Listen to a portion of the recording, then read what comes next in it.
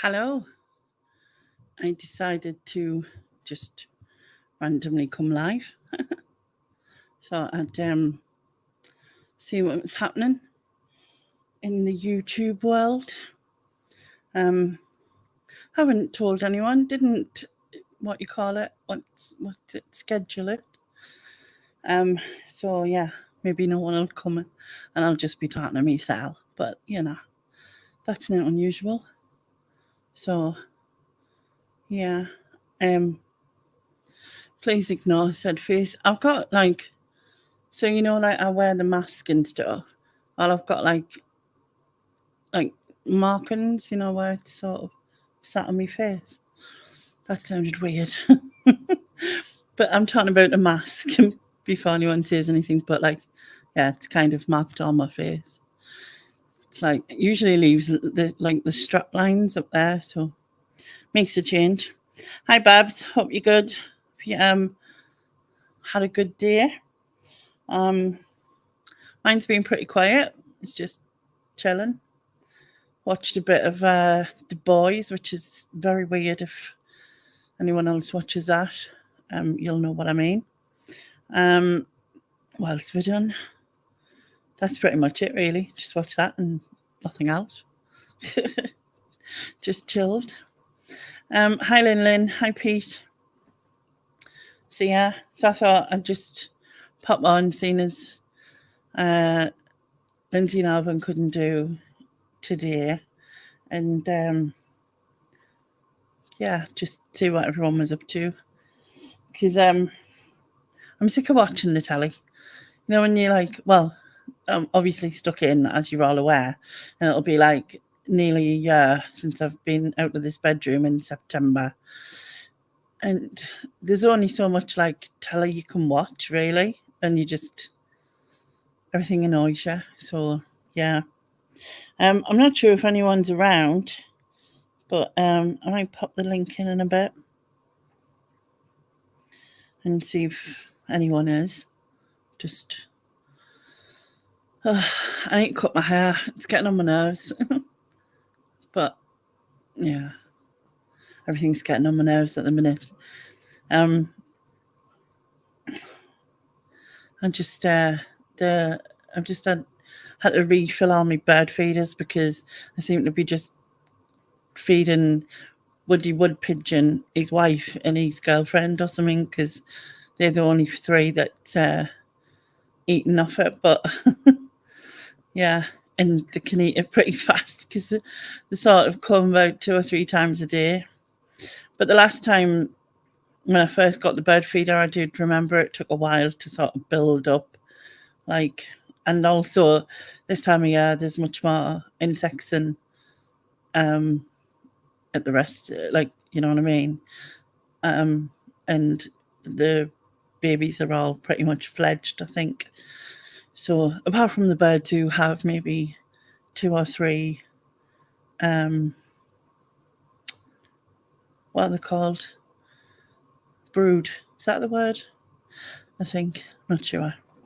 But yeah.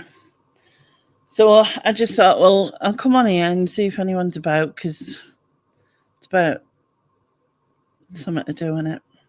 So what you's all been up to, Babs, Lynn, Pete? Anyone else watching what you's been up to? Anyone done anything exciting? Because I haven't.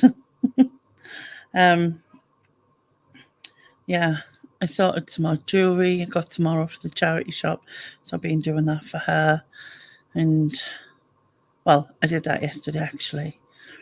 And that's it really. It's not been exciting at all. And can you hear us all right? Because I couldn't get my camera and mic to work when I first came on. It just kept saying that it wasn't there, and I'm like, but it is. I plugged it in, so yeah, I was getting really frustrated with it, and then it kept saying, no, it's not. I'm like, it bloody is. And then I unplugged it all, and then I restarted the laptop, and it still wasn't showing as that. I don't even know how it came on in the end. I haven't got a clue, but it just did because I nearly didn't end up coming on. So yeah, and it's just annoying. Babs, been poorly myself, so a bit out of the loop. Are you wearing oxygen now? No. I have a breathing machine at night. So I was in hospital last year for anyway, I had, wait a minute, I have to get the right one. Carbon dioxide poisoning, because carbon monoxide is the boiler thing, but this is carbon dioxide, which is your body produces. But my when I was going to sleep, my lungs weren't expanding enough to get rid of it. So it was building up. And I'd got into hospital with low SATs and pneumonia, and I put on full oxygen, and nobody realised that I retained carbon dioxide when I was asleep. And I got very poorly, put on this big machine. My family were called in, etc. Luckily, I managed to survive, but I have to sleep with the machine at night so that it also does sleep apnea, but it's got written on it big writing, this is a ventilator, not a CPAP. And on the plug it says life support, which is a bit weird considering like life support. I always think of someone in a coma, do you know what I mean? But anyway, yeah, I don't need oxygen, just something to help us get rid of my CO2. Mike's PET scan was cancelled Wednesday. Oh, that's a shame. So I bet you had to build all that up and then realise it wasn't going to work, which is a pain in the arse, isn't it? But Tuesday, I suppose, is in the scale of things not as long as it could have been. Back to work now, but so hot. Yes, you can hear us. Yeah, the weather has been, like, the humidity is ridiculous. Like, it drives you insane. Well, it does me. But the days are so up and down. Like, we've had really high winds, and it's been like cloudy all day, like to the fact that I thought it was just going to piss down, but it didn't. It's just sort of, just been, as it were. It just doesn't matter what it wants to do. I mean, well, at least we've had some sun, but I can only see it through the window, but it's better than nothing, isn't it? Hi, Sean. Hope you're good. Hope everything's okay with you. So I just thought I'd pop in and chat. Oh, actually, while I'm here, I've been wanting to find, I don't know if anybody else watches these sort of things, right? But I've been really into like budgeting channels. So particularly ones that get, like, say, yellow sticker stuff and then they turn it into meals, or they get Too Good to Go grocery and then they turn them into meals. Or what I've noticed recently, it'll be like 85 meals for £40, which is ridiculous, but anyway. And then when you watch it, or you watch part of it, there's like, it's not actually correct, because they don't include the cost of, like, salt and pepper, spices, herbs, milk, flour, like basic things, because they kind of go, oh well, everyone's got these, but you can't do the thing without having to buy those. And if you've got none, then you've got to pay whatever it is for that particular spice, 80 pence or whatever. But then they're not adding all these things in, so it's probably 20 quid's worth in the end. And that just really frustrates me, that, like, they don't add it all in, because to me then that's not correct. So it's like frustrating. So if anyone knows of any like decent budgeting channels and things like that, what else do I like? I don't know, just been trying to look for some new people. I really like Atomic Shrimp. If anyone doesn't watch him, he's really good. And he accounts for every little thing, and he even does like all the calories and proteins and everything.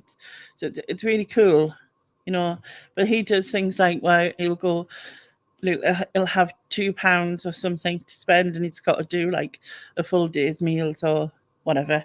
But yeah, I really like stuff like that, but it doesn't seem to. It just frustrates us when, to me, it's kind of like it's not true. You can't say that because not everyone has those things, you know. Right, where were we? Sean. Weather here is absolutely crap cold, rain all day. Seriously, yeah, it's been really windy here. Just annoying, like, and frustrating, really.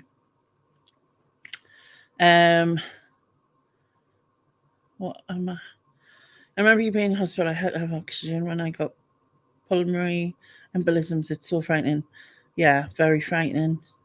Just it's that I think it's that like kind of relying on the people because like you literally your life is in their hands really. You know, very frightening. Hi Dodo. I've been looking and had several scans, but none being cancelled. He's been diagnosed. Oh, I'm sorry to hear that. And then this plan is to find out where it actually is. Tonsils, base of tongue, or lymph nodes. Well, hopefully it's whatever is the least, worrying. I'm not really sure. I don't know, but they can get it out and everything, and it's not going to be any problems. Fingers crossed for that. Hi, Ali. Hope you're good. But yeah, I'm just looking for some new channels, some new sort of lifestyle, sort of interesting. I'm a bit fickle because, like, I lose interest. I think it's a Gemini in me. I kind of lose interest in things. Um, if it doesn't change, I do the same with like anything that I'm doing. If things don't change and if I'm doing the same thing constantly, I can't. It hurts me brain, shall we say. So yeah. But so yeah, I'm looking for some new channels. So if anyone has any suggestions, please put them in the chat and I will what's the words? I haven't got words today. I haven't got words on today, it's a lie. Yeah, please put them in the chat and I'll write them down so I can have a nab. See what there's about. I mean there's loads and loads of choice. And I think but the thing is, right, I end up getting stuck watching some bloody person clean a rug and it's really annoying. Not that it's really annoying to watch it, it's really annoying that I can't finish watching it. Does that make sense? It's like are we just like I don't know. I need to know what the end result looks like. It's mental, isn't it? I only really watch either reselling or cooking. I do watch some cooking.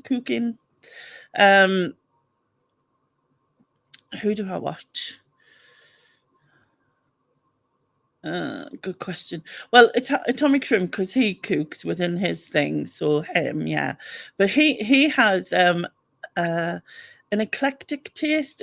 He has like he'll mix like the oddest of ingredients, and like I find it really odd.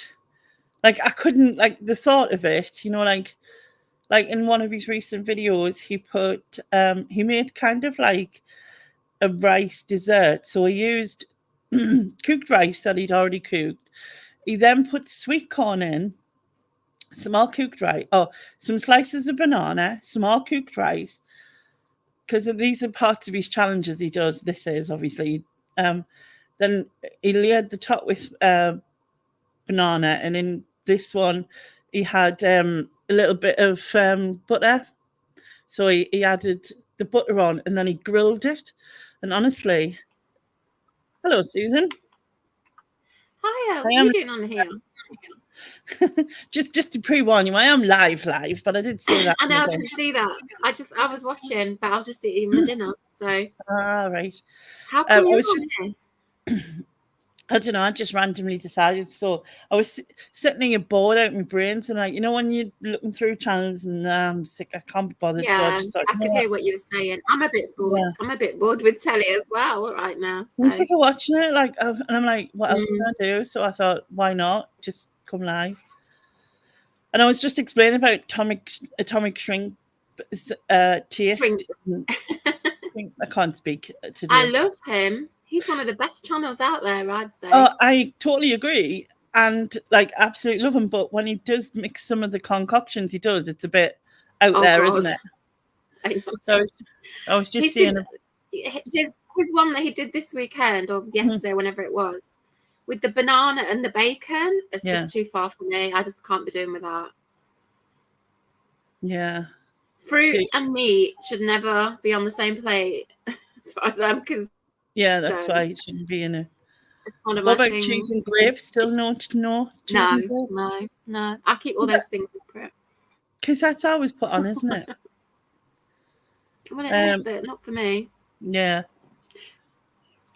But banana in particular, you should never mess with a banana. It should just be eaten as is. You should never mush up a banana. It's like vomit. Yeah, it doesn't look nice, does it? Like, it doesn't look But appealing. it doesn't taste nice either. I think No. it's a texture thing. It's like, Yeah.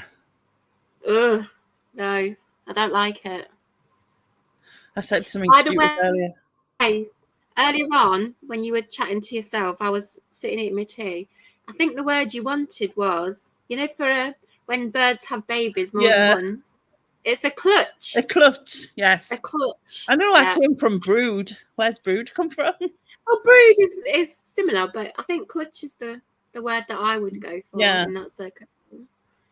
That's from watching my other favourite channel, Robert Fuller, with the old owls and kestrels and that. Yes, I absolutely love that channel. Yeah. If you've never seen Robert E. Fuller's channel, people, get on there, because he's got 24-hour live stream of owls and kestrels mainly, but he's got others as well. He's got foxes, and sometimes he has stoats and things like that. But I'm in love with tawny owls. I absolutely love them. Their legs are just they're so amazing. I just love them. I've just been asking about different channels, and then Bob says, I just watch the same old ones as all I have time for at the moment, and I enjoy them. Lynn says, I've started doing paint by numbers, which is really relaxing. I usually, photographs is my thing, isn't it? And like, obviously I'm not able to do it, but since getting the bird feeders set back up, I have got my little camera to be able to do that again. However, it's just the pigeons. I'm just painting the pigeons. I've just redone the whole, two of the things were completely empty, so had to do that. Hi Antoinette, hi Joy, hi Lee, hope you're all right. Haven't seen you for a bit. Ali Evans watches Acre Homestead, is good. She's American and does loads of gardening and cooking if you enjoy that. I'll have to have a look. I need to write stuff down now because my brain just will not hold anything. Acre Homestead, I've not heard of that one. No, I haven't. So I'll give it a watch and see. Acre Homestead. Oh, Antoinette watches her as well, so she's called Becky. Right, watch me pick the only pen that doesn't work. Why do I not get rid of it? Do you watch Jamaril? Is that how you say it? Jamaril? I don't know. Jamaril. Not sure if that's how you say it, but I'm guessing. I've got a pen that works now. Jamaril. Cheese and pineapple is delicious. I don't really watch too many American channels. Cheese and pineapple? No, not for me either. Lynn says, I made a cheesecake the other day, but didn't have any digestive biscuits, so I used banana wheat bix. Turned out lovely. No, my sister makes things like that with wheat bix. Banana followed by anything is just horrible to me. The only way to eat banana is au naturel. No messing about. Is Jamaril a name, like the actual first name? Jamaril? Don't know. I'd say Jamaril, but I don't know. That's how Dodo has a nutcase of a jackdaw at the minute. Just got him to fly, but looks like he's not going to leave us. Yeah, I obviously like a baby. I got a video. Yeah, because it got hit by a car. Poor thing. So they've been helping it and obviously learning it to feed and everything, but trying to get it to disappear. I think it'll probably still fly away and just keep coming back, because I've heard people say that they do. They don't forget, like, because they're part of the COVID family, aren't they? And they're like, they're very clever crows. And if you've got somewhere you're gonna get, you're gonna get a meal, you're gonna go back, aren't you? I would. Me too.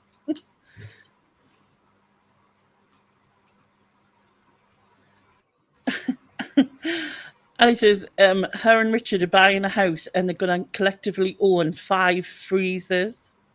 Oh my God. Is there only 2 of you? Why do you need 5 freezers? Is this the house in North Wales that you were talking about? I'm out of the loop. I don't know what's going on. Hi, Chris. Yeah, 5 freezers. Wow. You'd be like making for the village or something. Cooking for cooking for the village.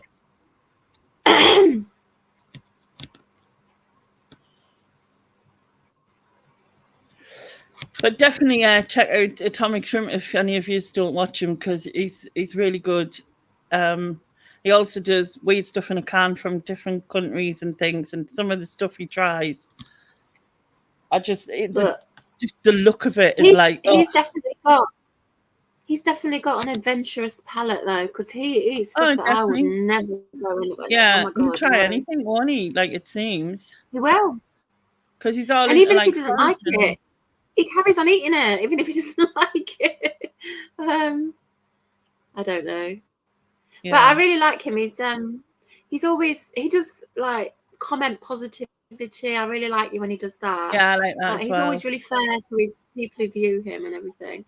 And he does like nature walks, and he does foraging. He does all sorts of things, doesn't he? Yeah. He grows his own food in the garden and that. He tries different things, doesn't he? He does lots of stuff. So you never know. Oh, he also does fraudsters and that, scam baiting, they call it. Yeah. That's how I found him, actually, through the scam baiting. And funnily enough, they're my least favourite of his videos now. I like his other stuff more than the scam baiting. But that's how I found him originally. But he's definitely good. I've got 2. Richard's got 2, and they're leaving one. Yes, it's the house in North Wales. Wow. Nice. Why don't you get rid of some, though? Why do you have to keep them all? That's my question. I don't know. Stuck enough. Wow. Yeah, but if there's only 2 of you, that's a lot of food to rotate. You know what I mean? To rotate the freezer. Unless you're thinking of freezing bodies in there or something. I mean, who knows? Never know what you might need, do you? Exactly. Yeah, that's right. Do you know what? Like, we had when I was growing up, like, can't remember, but my mum used to get them, where you pay over the year and then you get the hampers. Park hampers or whatever they were called. So she used to get them, which was, when I think about it now, and probably, half of the stuff in it, I don't think we ate. Or maybe not.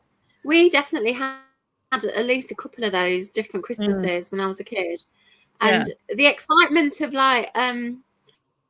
getting it was always it was such an anticlimax, because the pictures in the catalogues, they always look so amazing. Like everything looks so cool. And then you get it, and it was just like tins from the supermarket, a tin of this, a tin of that. It was like really boring when you opened it. You used to like lay it out on a table like a Christmas dinner table sort of sometimes. It looked fabulous in the adverts. Yeah, it made it look amazing, all cooked and whatever. And like obviously they'd have this big bird on the table, like cooked and all that, and then you'd get a little chicken or something that wasn't anywhere near the size of what they showed you. And as you say, there was always tins in there that we would never contemplate eating. It was like stuff that, I don't know, I can't even think of an example that we wouldn't want to eat. So yeah, I mean, it was a way for poor people like us, me, my family, to like save up and not have to worry about, you know, a massive bill at Christmas, I suppose. But yeah. But they obviously were a money-making scheme for the people who did them. Wasn't there some scandal over them as well? I don't know. I seem to remember some scandal where they all one of them went different ones, didn't it? And then it changed. So I don't know. But when because we had a normal fridge freezer, and then we got a chest freezer, but it was only ever used when these frozen hamper stuff came. You know what I mean? Because there wasn't we didn't get the frozen ones. Well, my mum did a couple of times, but the rest of the year it had a lock. The chest freezer, right, had a lock, and so it had a lock and key on it. And so the rest of the year, you go and steal like a few lamb chops or something out the something out the freezer, right? And so because it wasn't used, because obviously after Christmas it would get cleaned out and then it'd be switched up again. But she would just use it to store, like, say, one of our birthday presents or whatever, so that because no one could see, and she had a key for it. And I'm like, if anyone came. So that's an idea for you, Ali. We didn't actually have a freezer until I was, I think we got our first freezer when I was about 20. We never had a freezer as a child. So it's just, we were that poor. We never had a freezer. It's not true. I don't even know when we got ours. I can't remember. I remember getting ours. It was 1986 or 7, something like that. So I was roughly 20. I remember having the television hired from Radio Rentals, and that's what it was called here. And in order to pay for said television, you had a box on the back what you put £1 in, and it gave you 4 hours television. And then it would put your telly off. We never did that. We did. It gave you 4 hours TV, and did that money in the back pay for the TV over time? Yeah, but like every month he would come, pour out what was it, because like it used to kind of be a saving thing as well, in the sense of like, I don't know, my mum at least got 50 quid because the telly was always on when my dad was home, especially. And so, you know what I mean? It, like the pound went in and then you turned it, they give you 4 hours of telly. You'd be sitting watching something and it'll just go, and you'd be like, no, we never had that. We actually owned our TV. So see, we were poorer then. Yeah, it's not a competition. It was funny because my dad worked. Yeah, it's not. It was funny because my dad worked away, and so when he got his pay packet, like from his job, he used to send it to me mum, and it was sent like special delivery, so it had to be delivered by a certain time, and it was like in a pay packet sort of envelope thing, but it was more like a thicker cardboard than your standard. And I always remember it being delivered. It's weird, isn't it? And then I sometimes think, I don't know how my mum made it all work, because like, you know, like everything she needed to do, and she would buy throughout the year for things, and obviously school and uniforms and clothes and all of those things. I remember my mum always got paid on a Thursday, and it was always like in one of them little brown packets like you just described. And it was always quite, you know, the day of the week, because we used to do our big shop on the Thursday night. We'd go to Fine Fair. Do you remember a supermarket called Fine Fair? It's really I do. We'd go there, And we'd get all our like weekly shop and everything, and we'd have a little treat just that one day. We didn't have treats every day, just that one day. And the treat was nothing like amazing. It was something like a yogurt or something like that. You know, we didn't generally have throughout the week. But yeah, Thursday. We used to get them half-penny teddies sometimes, you know, the little half-penny teddies. I don't know what they are. They're just like little, they're kind of like what, what's the brand called? Begins with a H, does jellies stuff. Haribo? Yeah. Yeah, so they were like, they do a little teddy thing, and they were kind of like them, and they were half-pence each. I just remember them. And sometimes like would get one of them each, you know what I mean? Like, it was amazing. Just going back to the chat, Sarah says the stuff that no one wanted in those hampers went to Harvest Festival at school. That is exactly what I was thinking. I didn't say it, but I was thinking that. Yeah, we put those like random tins. The following year. Because like I think I was got delivered in the November. Yeah. So it'd be like the following year they were still in the back of the cupboard. So I mean, your mum would go, there you go, take them for the thing. Yeah. And it'd be like stag chili or something. No one's had. A tin of prunes or something like that. No one's eaten. Who the fuck wants that? reformed ham with something or other in it. And it'd be something. And it would just be like, yeah, take that.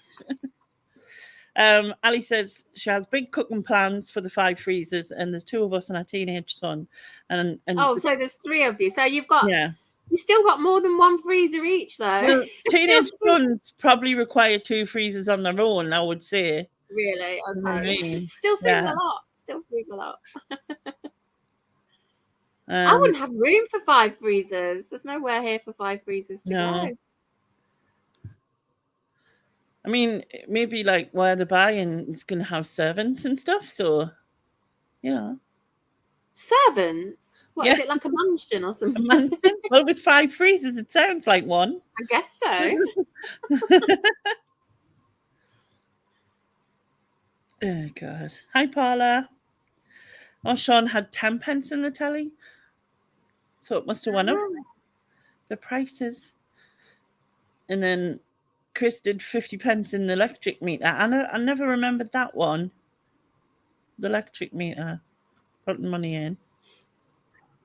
I've known people who did have that, but we didn't have that. No, I don't recall it. Lynn's first flat, when she left home, all my electrics were on a meter, 50 pence for 2 hours. I remember always asking for 50 pence pieces in my change, so I'd never ever run out. Oh.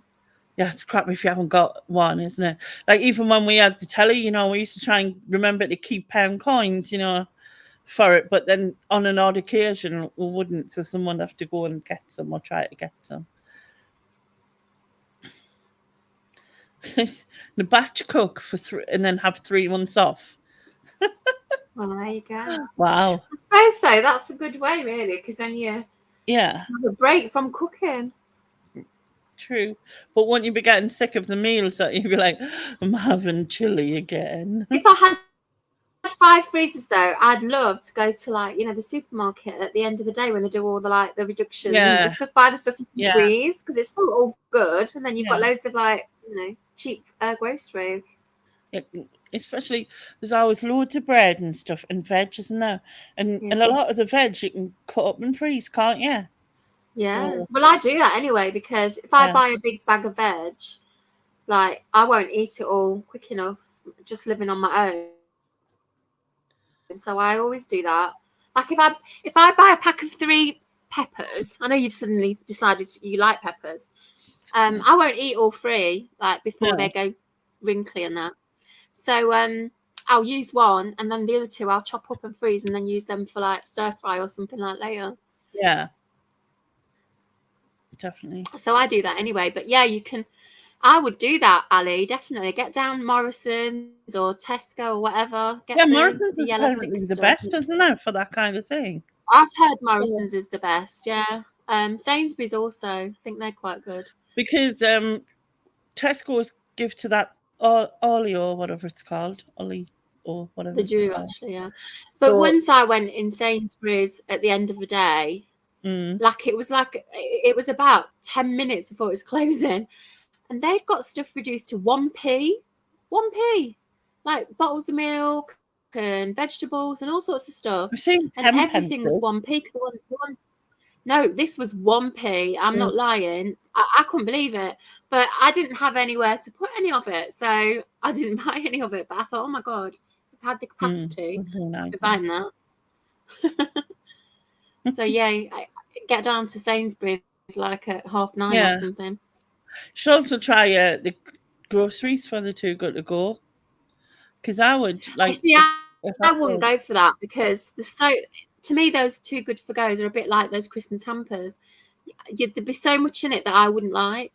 Yeah, especially I suppose today. If you're parking, which especially I am. Especially today because there's so many like weird and wonderful like meals and concoctions that you have in supermarkets nowadays. I just know that I would dislike half the stuff.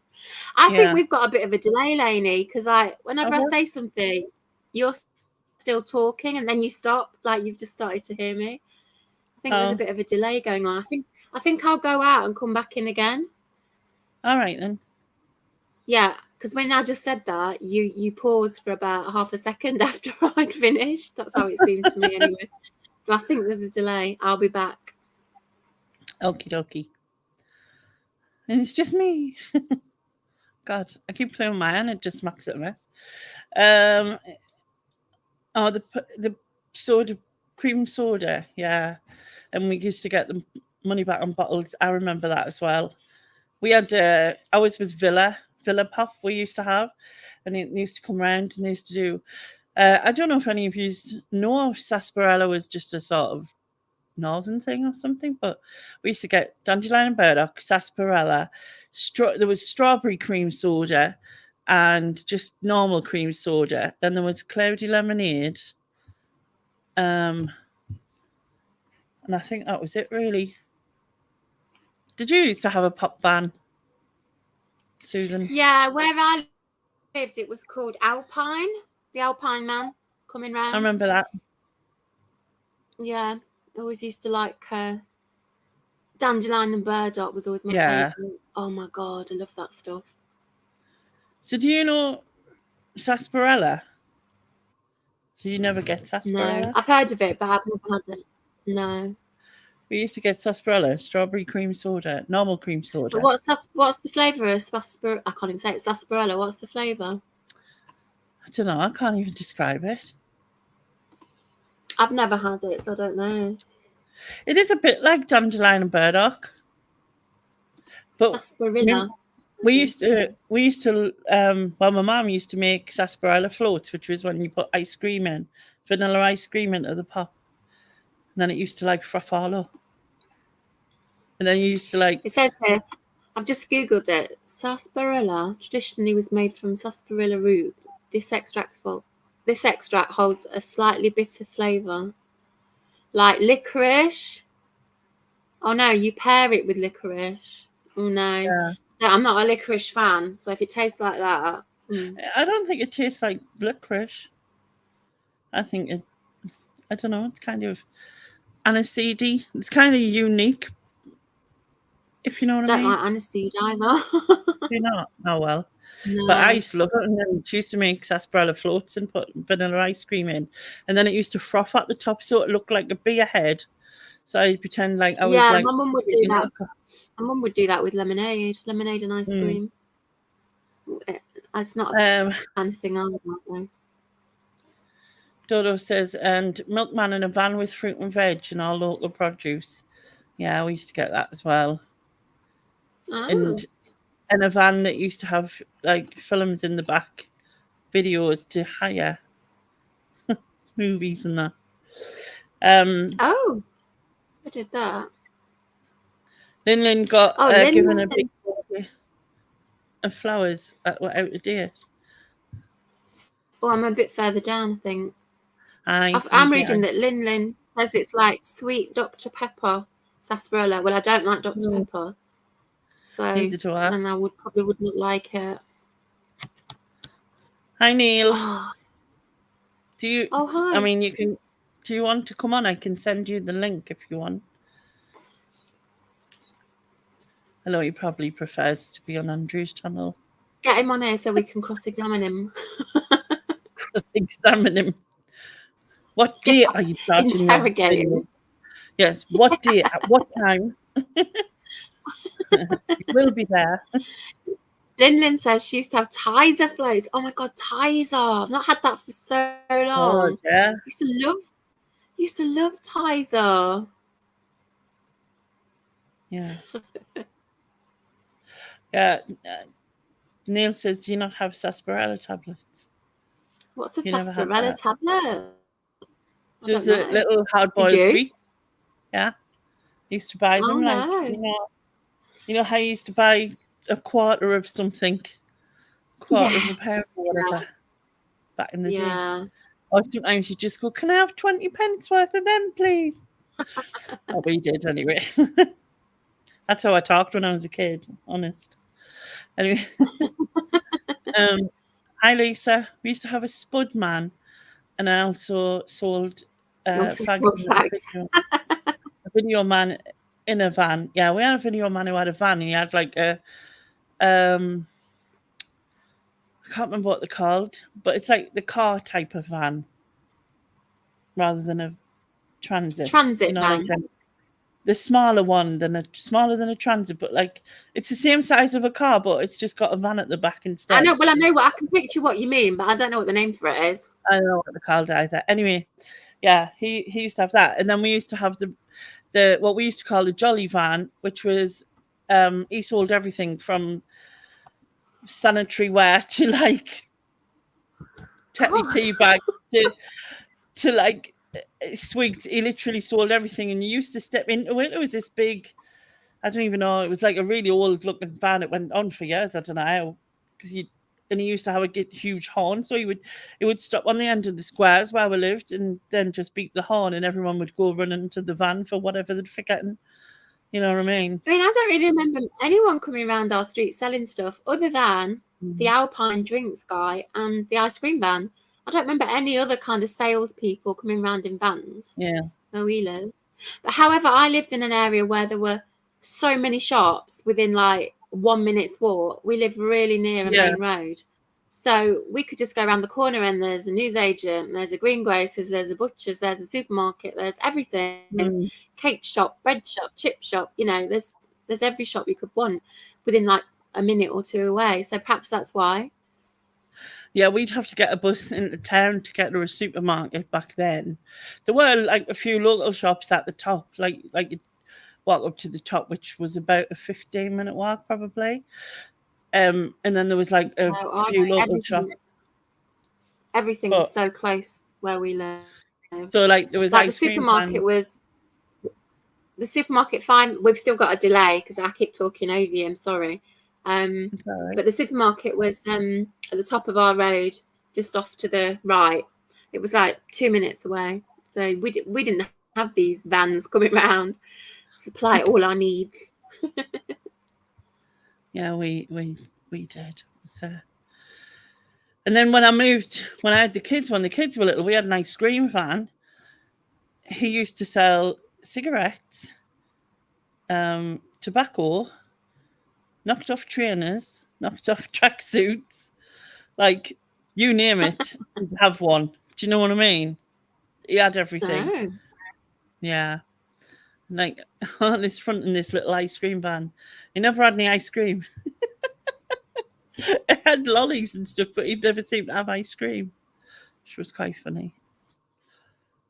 Oh God, I used to love the ice cream van coming round though, because we didn't have a freezer. We couldn't have ice cream at home, obviously, and it was generally like a Sunday afternoon after we'd had our roast dinner, and it was maybe a bit later on in the afternoon, say about 3-4 o'clock. You'd hear the music playing. Can I have an ice cream? Can I have an ice cream? And then we'd run out and hopefully catch them. But yeah, oh God, it was one of the joys. Yeah, not catching them. The ice cream was like the worst day of your life. Oh, the tragedy of them like missing them. Like, your mum's scrabbling around in a purse for change and they've gone. Trying to give you money, and you're like this, it's doing this thing, like where you kind of, yeah, like heartbreaking. It's totally heartbreaking, and you get so close, and he pulls away, and you're like, and you come back and cry your eyes out because you missed him. So and I would always have either a 99 or what are they called? The ones with the bubble gum at the bottom. I've forgotten what they're called. Screwball. A screwball. That's it. They were my ones of choice. Those two. One or either of those. But 99 was always my favourite though. Yeah, 99. 99, a little tub with a flake in, or a big feast sometimes. Oh no! Or a funny. It can't be a tub ice cream. It's got to be a Mr. Whippy. I don't know what you call it in your area, but the whippy one, one that comes out of the pump. Ah, yeah. Be that. That's the best ice cream. Yeah, but they just pour it in a tub instead of like. Oh no, it's got to be in a cone. It's got to be in a cone, so you can eat the cone as well. No, they're not. No, Lainey, no. We used to get. Although actually, they used to do. You've got your cone, right? You've got your ice cream like in a circle around it, and you've got your flake, and then you've got your raspberry sauce, whatever you want to call it. I know people have different names for that. Call it and then what I would always do, this is the only way to eat a 99, right? Is you push your flake down the center of the cone so that it goes right down, and it's got some of the raspberry sauce down there and the ice cream around it. Then you'd lick all the ice cream off the top, eat the outside of the cone or eat the top bit of the cone, and then the final most delicious bit is the end bit of the cone with your flake and a bit of ice cream around it. Oh, that is so I could just eat it now. I used to do like bite the bit off the bottom and then suck the ice cream through. Oh no, you've got to push your chocolate flake down the middle. That's the only way to eat it. My mum used to have an oyster, the oyster coat. Yeah, my mum did as well. Mm-hmm. If my mum wanted one, she'd give us the money and say, "Oh, get me an oyster." So we'd get her one of those. And I used to think they were quite sophisticated, the oysters. Yeah, they were for adults, not for children. Yeah, see them. It's like the ice cream in the middle, and then the chocolate and the flaked on coconut. I don't think I've ever had an oyster one myself. And they always give you it on a napkin, didn't they? And you're like holding it going home while you're trying to stop yours from dripping all over your hand. Yeah, back in the day, eh? See what other people. Hi, Mandy. A jolly band sounds like a mobile brothel. It does as well. I agree. Oh, jeez. Dodo says, we had one of those vans that sold everything and it always smelled of firelighters and washing powder. Ooh. Neil says, you can send me the link and I'll pop in 10 minutes or so. I have done it. It is sent. I used to live like 2 minutes from town. My mum and dad still live there. So everything was like at hand, like yours, maybe. Yeah. We still have Mineral Man, Milkman, Milkman, Fruit and Veg Man. What's a Mineral Man? It's a Mineral Man. The drinks. It must be midnight drinks or something. Oh yeah. Maybe. I don't know. It's common with minerals. I've got these minerals. Yeah. Here's some. I don't know. Here's some potassium for you. I get potassium. Oh god. He'll have them like, when he opens his coat, he'll have them all little hung up on little tags on the inside of his coat. What mineral would you like today?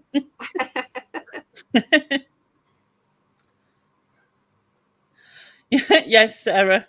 She's anyone else's mum. Say, Mum, can I have ice cream from the van? And they'll go, have a choc ice out the freezer. Obviously, I did not experience that. I did not experience that because we did not have a freezer. I did, but I think that was down to dependent on how much money she had, I guess. Obviously, you didn't think about that as kids, do you? You just no. Because I remember when I used to collect the bands, is what's it called? Is it child benefit? Is that what it's called? What everyone gets for their children. I can't remember. Well, mum used. I don't know about it now, but mum used to get child benefit for me. So, yeah. And so the kids had asked us for something. I can't remember what it was. And I said, I can't. I'm I haven't got any money or whatever. And she said, "Come on, we'll go to the post office." Because she just remembers it's going to the post office to get like that. Come on, we'll go to the post office. Just get some more out the post office. It's not open on a Sunday, unfortunately. Family allowance, used to be. Lyndon says we were told they played the music because they had sold out. That I've heard people say that, and that is so cruel, isn't it? Really, but I suppose it's a way of like, I haven't got any money. I know. Did you see that video where two lasses moaned about the price of the man not accepting? Yeah, that went viral. That it did go viral when you were in like America and everywhere. I know. But that kid, she had such attitude. I hope you can hear me. I hope you can hear me. Yeah. It's a proper Yorkshire accent as well. They were twins, weren't they? But those two girls. Yeah, I think so. They look like twins, yeah. Yeah, one was quieter, but I suppose that's what you would always get, wouldn't it? The gobby one. Yeah. Oh, the fizzy drinks. So minerals. Oh. Family allowance, that's what my mum I remember. Hi, Junie. Junie. How are you doing? Junie. Hey, Junie. I finally put up my picture of the coo. Remember the coo that you sent me? Finally, I'm in my new house and put it up on the wall, and I love it. We never had Neil's Old vans growing up on a farm. Instead of an ice cream van, we just tapped the kitchen window, and Mum would pass us a choc ice. Oh, yeah, we used to get choc ices.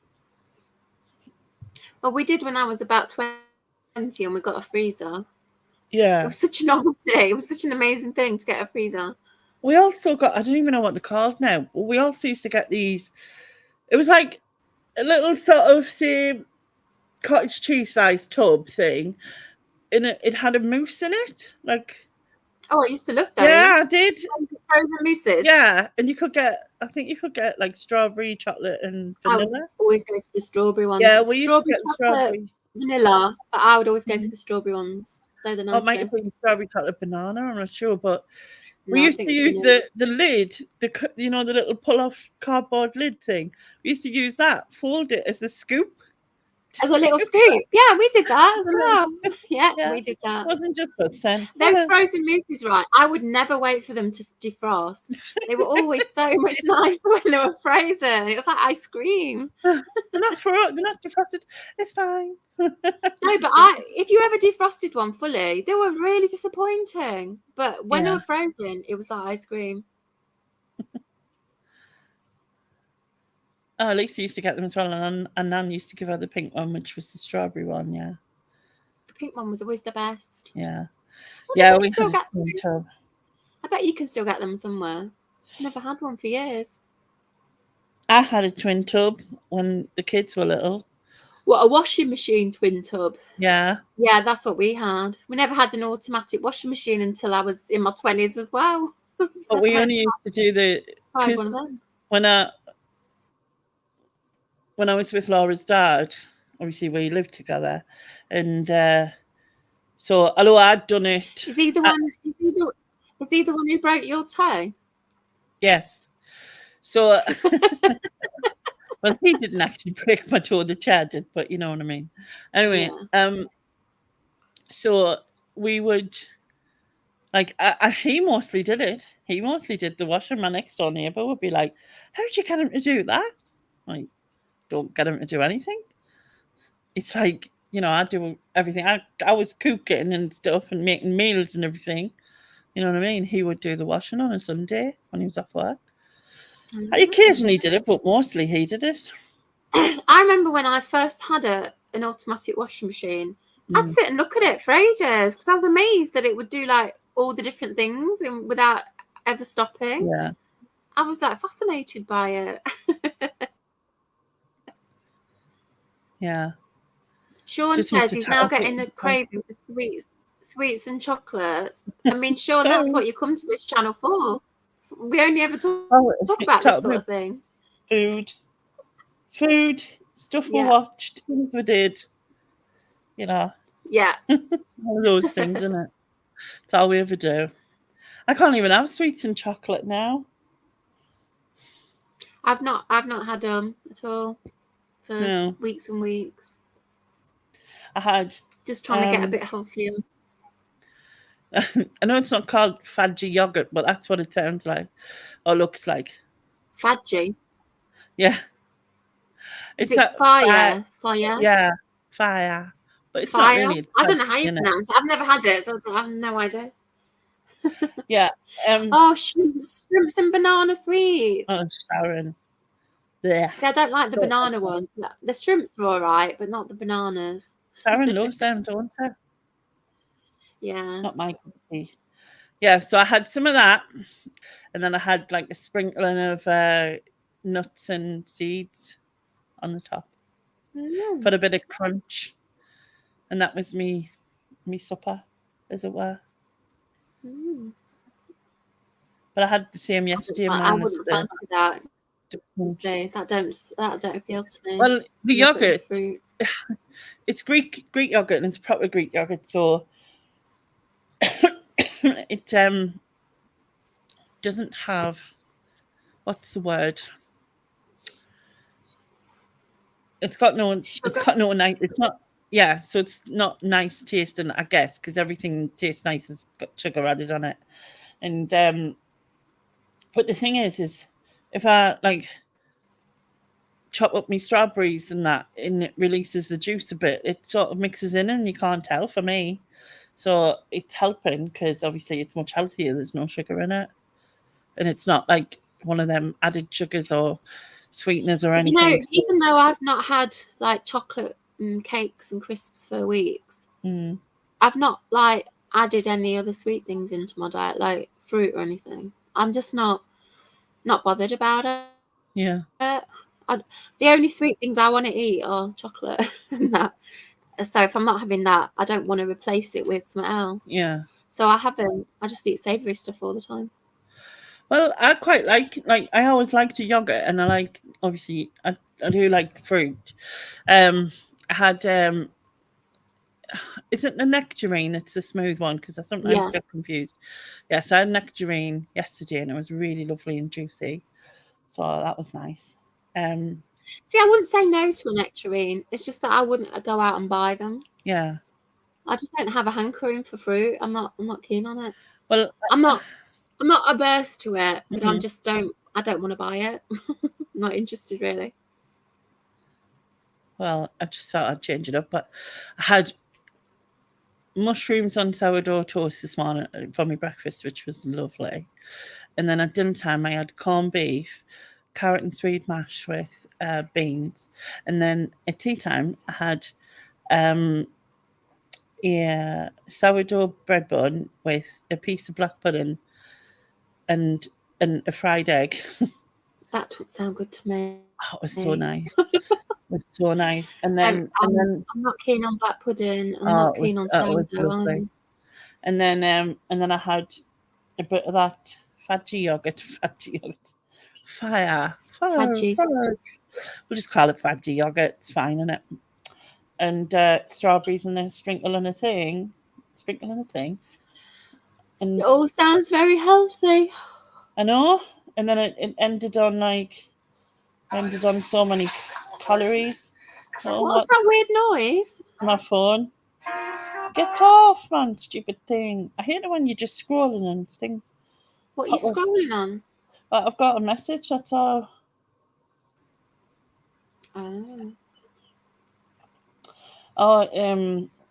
Dodo sent us a message. I don't know what, I can't get away with him. Tim Spector. Is it Tim Spector? Is that his name? Who's Tim Spector? He's got a thing called Zoe, and it's like for me, it's kind of like an extreme diet thing. He's like nutrition and health, but it's really expensive as far as I'm aware. And he, like, I think he was all like, I can't remember because he was on Diary even of a CEO. You're just talking about things that I have no knowledge of. I don't know who he is. I don't know what Zoe is. I don't know what Diary of a CEO is.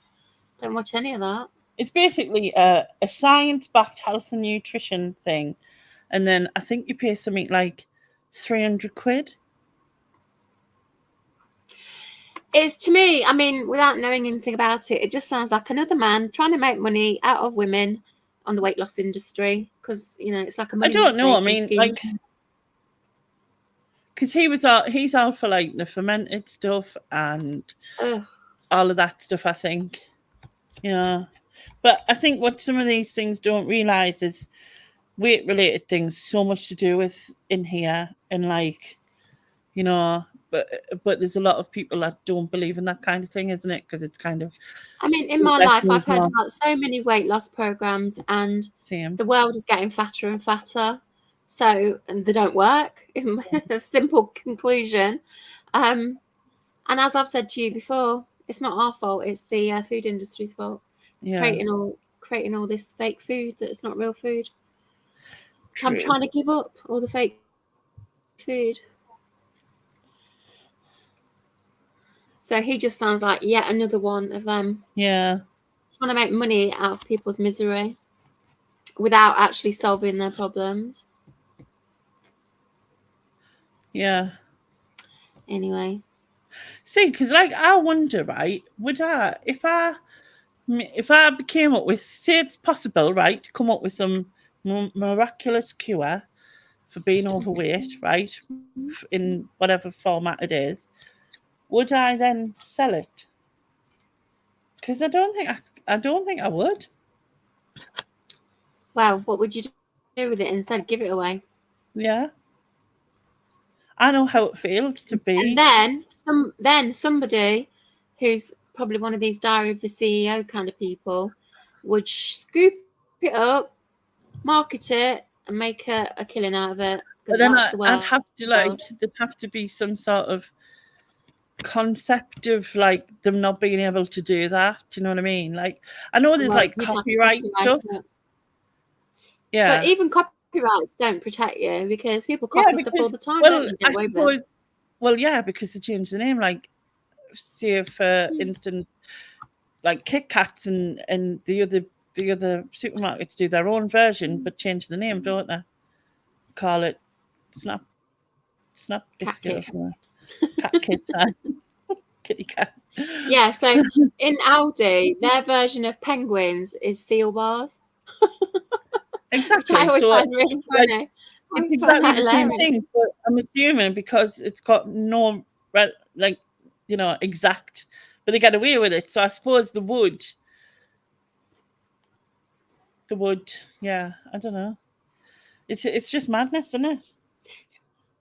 Yeah, so that's what I mean. Somebody would scoop up your amazing idea and make a killing out of it and make money out of people's not self-inflicted problems, but world-inflicted problems. Yeah. It's too easy, Babs. It's really too easy just to gain weight. I just have to look at food, me, and I'm like, oh no. But it's like everyone has their own issues with something, isn't it? Well, it's not an issue. I don't see it that way. The issue is the food industry is the issue. Yeah, which is never going to, like, obviously the government make money out of it. They're never going to change it, are they? Yeah, it's capitalism, and it doesn't. They'll just put it under, well, you should be able to control yourself. Yeah. Well, yeah, so should 80% of the population are fat. Yeah. Fat, like, food, well, every corner, well, there's a McDonald's, a huge, like, within 5 minutes of me, there's probably about 5 pizza shops, a McDonald's, a chip shop, a sandwich shop. What else is there? A big Tesco, so obviously you've got a small Asda, an Aldi, and then Iceland and a ton of shops, a ton of different Greggs, and a ton of other things, all within 5 minutes. It just makes me annoyed that we're meant to feel guilty about it. I never have. I'd never felt guilty about it, because I know that I was a fat child and I didn't choose to be a fat child. It just happened to me. So obviously my genetics were. My cave woman genetics was so good that I just absorbed every calorie I consumed, and kept it. Yeah, but so I've never seen it as my fault. I've always seen it as something that I don't quite fit with the food that is in this society. But as I've got older, more and more people are really heavily obese as well. Yeah. And so it's become much more of an issue. But I really hate to see people like berating themselves about, oh, I've got a problem with this, I've got a problem with chocolate, I've got a problem. But you're not the fault, you're the problem. The problem is the food industry. I just wish people wouldn't beat themselves up over it so much. I wish they'd get angry rather than angry at the food industry rather than angry at themselves. It won't solve it, but it'll change the conversation. It'll change the conversation. That's the main thing. Yeah. Sean says sugars. I don't know what the solution is, to be honest, because as you say, they're never going to stop. No. Like I said, it's more in here, always has been for me. And the thing is like I was doing really well until like 2020 when I had the worst year of my life, essentially. And I reverted back to everything I did before, which was binge, which is what I used to do, even though it didn't give us the same. But again, you're saying it's in here, it's in your head. But actually, if you weren't surrounded by this toxic food industry that we live among, if it wasn't there, do that. If it wasn't there, you wouldn't have the capacity to, overeat and do all that. You'd overeat on fruit or whatever it was, but you'd never. Would never have that drastic. But I suppose you could look at that for anything. So, like years and years ago, when people weren't big, whether like there wasn't food. But no, it wasn't that there wasn't food. There was different food. It wasn't the same food, but also it wasn't the same food that we've got now. The food now is completely alien food. It's not real food. Yeah, and we're just surrounded by it. Yeah, there was a lot more poverty back then as well. But even rich people weren't fat because they still had real food. Yeah. I don't know if you lost me there for a minute. You cut out for 1 second. It must be my internet that's the problem because you just froze for me. But what I was saying is that even rich people weren't fat and they had loads of money, loads of food. Yeah. They just didn't have the food that we've got now, Yeah, portions were less as well. I guess then more people were probably alcoholics because even back then there was still people needing to, because there wasn't anything about mental health back then. You were just deemed you were put in the lunatic asylum. Oh God, yeah. And you were electrocuted and whatever, lobotomy, have a lobotomy, have your brain cutting off or whatever. To see what was going on. And then obviously people would probably get drunk just to bury their life. I think drinking was a big problem back then. Yeah, definitely. Back then. So there's always, throughout the years, there's always been something that people could become addicted to, essentially.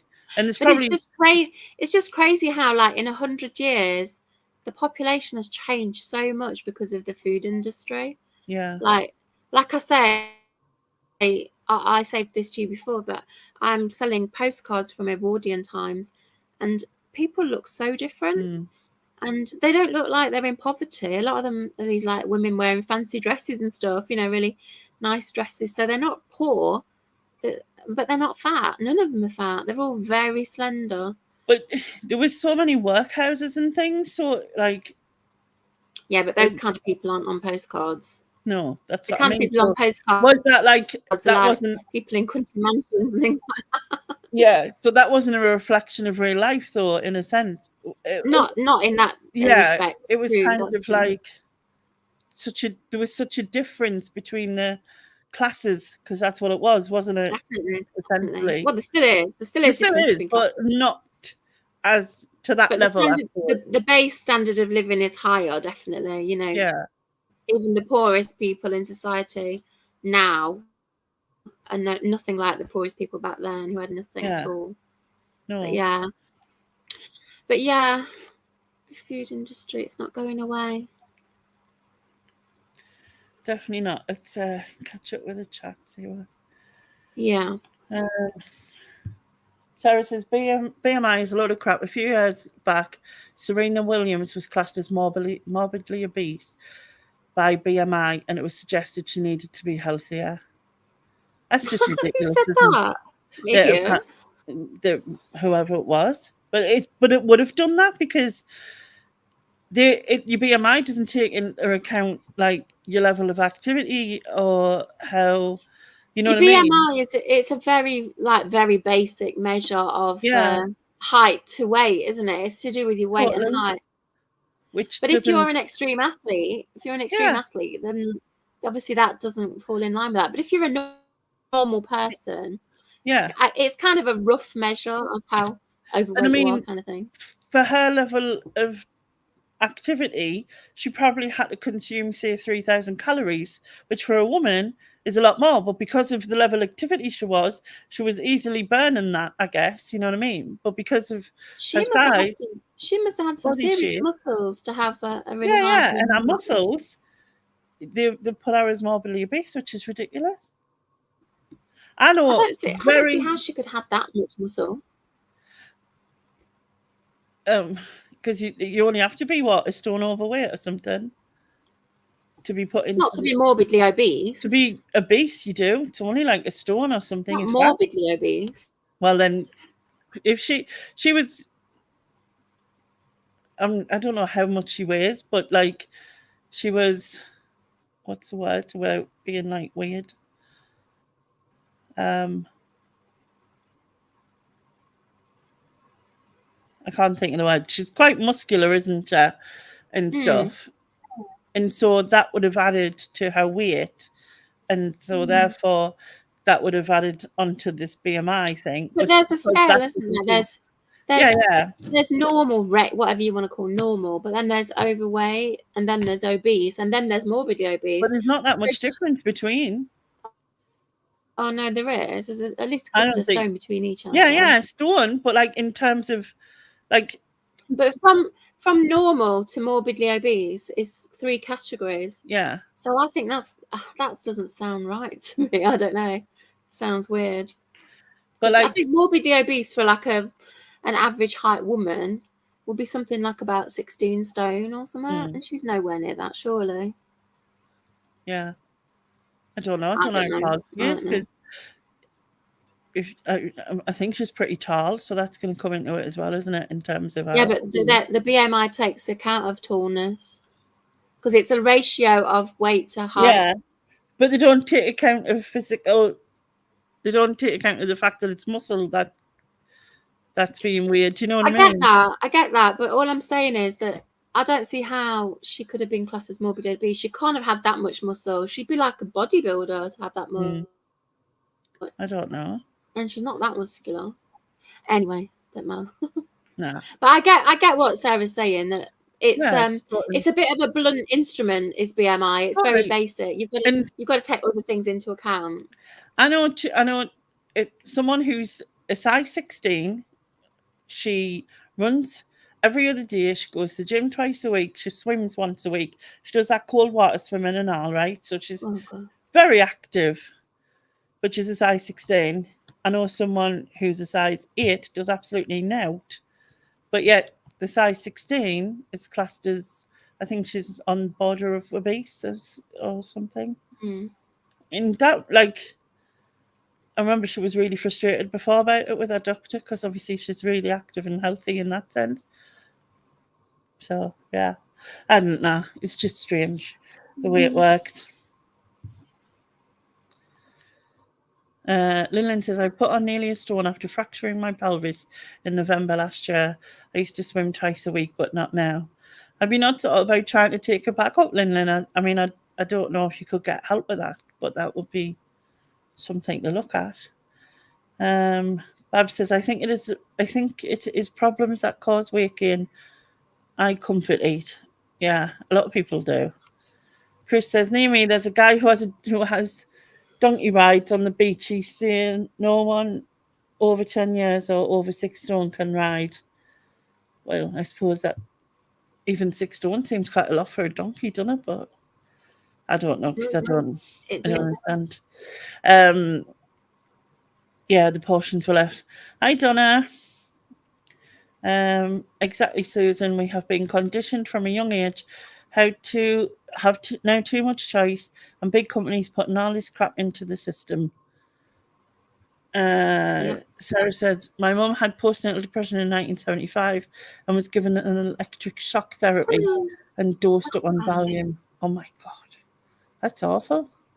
That's when I was born. I can't imagine that electric shock therapy. It must have been so good. Like, what did they expect? That you just to shock out of it or something? I'm assuming that's what they expected. I don't know. Yeah. Bob says, I got drunk a lot to blot out. I think it's a coping mechanism lots of people use. I definitely agree with that. See, I don't use alcohol like that. No, I don't, but I do with food, so I understand. I do it with food, but like alcohol, I like to get drunk occasionally, but I can take it or leave it. Same. Like I can go for months and months and months without drinking, and then I'll have a lot in one night. Yeah. Sarah says her lower body is solid muscle, which made her weight higher, and they said she was unhealthy. That's disgraceful. You can't look at somebody like that and say they're unhealthy. It's just stupid. It's stupid, isn't it? The average that she ran. I wish I was as unhealthy as her then. Okay. Yeah, me too. The average she ran 2 to 3 miles per match in short bursts. It's a lot, isn't it? Yeah, I bet. Bob says my mum is 84 and 10 stone, and they said she was morbidly obese. What? She wants to lose weight. That isn't much in it. You're right. Well, she's only 5 foot, and they're saying that she can't be 10 stone and overweight. But then we were talking to a friend the other day, and she said that the machine told her that she should be between 7 stone, wasn't it, and 10 stone or something, which is like a huge, like a 3 stone gap kind of thing. And that, but I just thought at 7 stone you would be like, you would look ill, surely. You know what I mean? Oh, you would think so. Hi, Cherry. Hi, Mandy. The BMI was figured out by a mathematician for insurance based on a white man. So it sounds about right. When they're going to change it, I'll never know. Donna says, I've just started a calorie deficit myself. Not easy starting, but it's so easy to do it tomorrow. Tomorrow never comes. So I just went in and made the changes. Yeah, I'm following you on Insta, aren't I? So as we're both doing calorie counting. So I've just calculated. I've just gone on to NHS BMI. Just calculated somebody who's 5 foot tall and 10 stone. Their BMI comes out at 27.3, which is slightly overweight. It's not morbidly obese. So that is whoever said that. Whoever said that to Babs's mum is incorrect and an idiot, because that is just not. So she's slightly overweight for a 5 foot person, but she's not morbidly obese. Yeah. I don't think that's true, Lynn. With muscle apparently is heavier than fat. It's like it just takes up less space, essentially. So I suppose if you have a pound of fat and you have a pound of muscle, it's still a pound of each, isn't it? But it's denser. Yeah, but the muscle would look more compact, where the fat would be, well, wobblier in my case. That's it. Anyway, we need a new conversation. What was I going to talk about? There was something else. I don't know. I don't know. Where's your friend Ian lately? I've not heard from him for ages. I think he's away somewhere. You know, he's like, he's always on his travels. He's like the littlest hobo, isn't he? The dog that goes round and joins different families and then eventually buggers off. It's probably not what he is like. Program. I used to love that program only for the theme tune, though. The theme tune, it breaks your heart every time you hear it. I watched it back, right? And I watched the first episode and it was so bad. And there was these, like, bad, yeah. these like people were breaking into somewhere and they'd gone in, and then you see him coming, and then someone's clearly got hold of the dog's paw on the door, and he's going like this, like, and you couldn't see him doing it, but you could just see the dog's paw doing that, and then the next minute he's saying, "Oh man, it was mad." Lillian says, I agree, Babs. At 84, who gives a shit? Just let her enjoy her life, for fuck's sake. I mean, that is just, yeah. Right, 5 foot tall, 56 kilos. I wish I was 56 kilos. That sounds tiny. I think my leg's probably 56 kilos. It does to me. It does. Think about the size of my leg. Practice nurse Susan. Practice nurse. Yeah.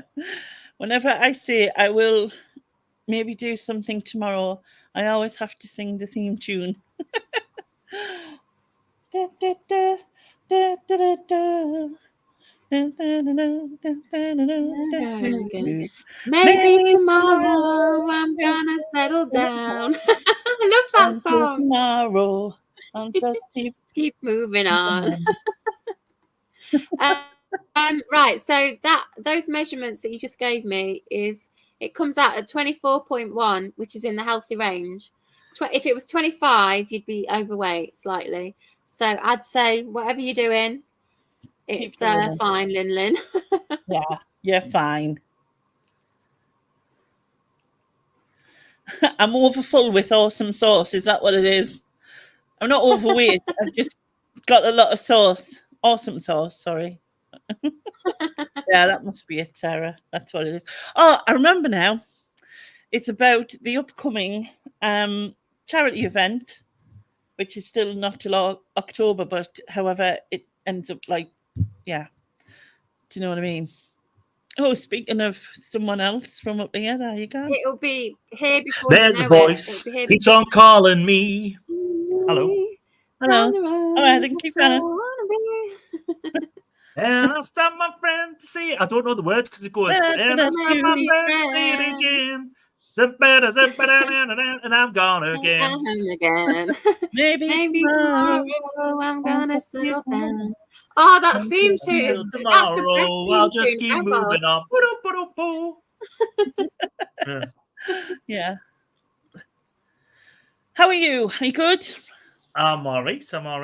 Were you just starting to talk about the charity event there? Yes, I was just about to get into it. Well, because I haven't actually got a charity picked yet. I would like another sort of mental... Oh, what happened to me? I know. I was going to say, I can't see you. Can you hear me still? I can hear you, but can't see you. My camera just died for some reason. I'm wondering if it's like a loose connection. What is wrong with you? I think this delay is you, Lainey, now. Oh, because I haven't got it with Neil. Oh, that's my That's my bottom camera. Why on earth did they put a camera at the bottom? Why have you got a bottom camera? An anal probe.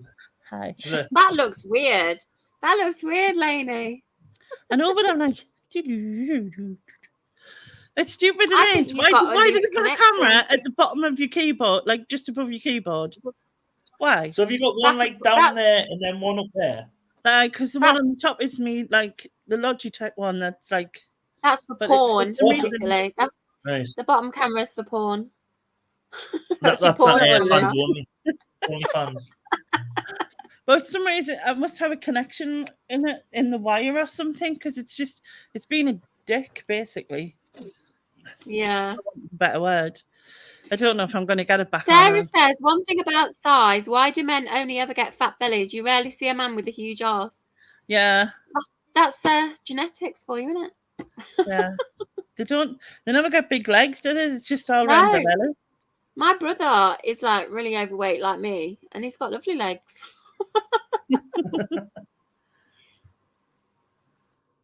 Oh, we're back here. Oh, yeah, you're back. Yeah. I know why it's been a dick. You're back up there. Have you pushed the connection in there? I just twiddled with the wire. What? Okay.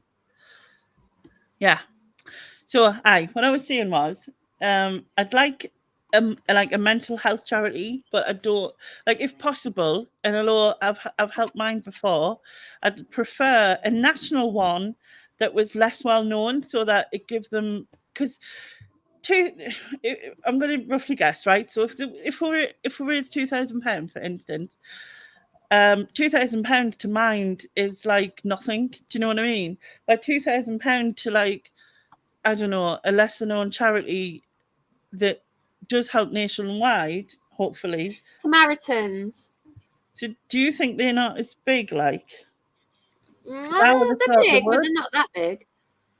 Because the thing is, when you look into, like, you can go into Customs House. Is it Customs House? Is that what it's called? Where you look Company's up house. Company's House, yeah. Why in a Customs House from? Anyway, you can look. That's the theatre at Shields. Yeah, that's the theatre in Shields. And you can look at the like, what they're called, books, like, for the year, everything they've done. Company accounts. Company accounts, yes. I'll just keep you there to keep us right. And so when you do that, and then you see, like, some of them are on 250,000, like people at the top are on 250,000. Oh yeah. And it just, I'm like, you know what I mean? Where it's like, I know the charities that I did, like Pause, and Pause for Thought, didn't you, Neil? Yeah, I remember when you'd done it. Yeah. Well, obviously some of them do get paid right at the top, but it's nowhere near like what they're talking. And then the lass who runs the shop doesn't get paid at all, and she's the manager. Do you know what I mean? And so she puts all that work in, and I think I'd rather do for that, where it's going to make a difference. Where, like I said, Mine's great, and they do help people, but it's not. It's a drop in the ocean. So if I could find somewhere, because I did Andy's Manx Club, didn't I? And they weren't as well known, but they are national.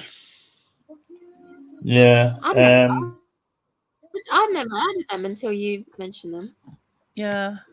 It would be nice to find someone else like that.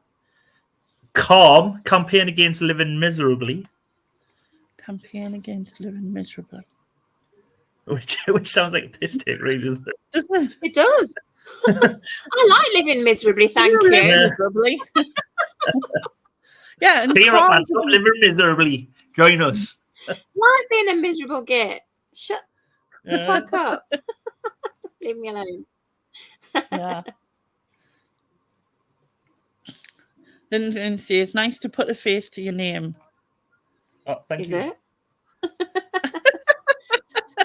See, you know when you said miserably. So what you should do is subscribe to your channel.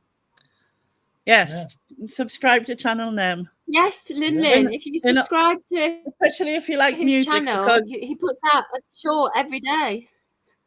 Yep. I've only got one more day left, and that's 366 days.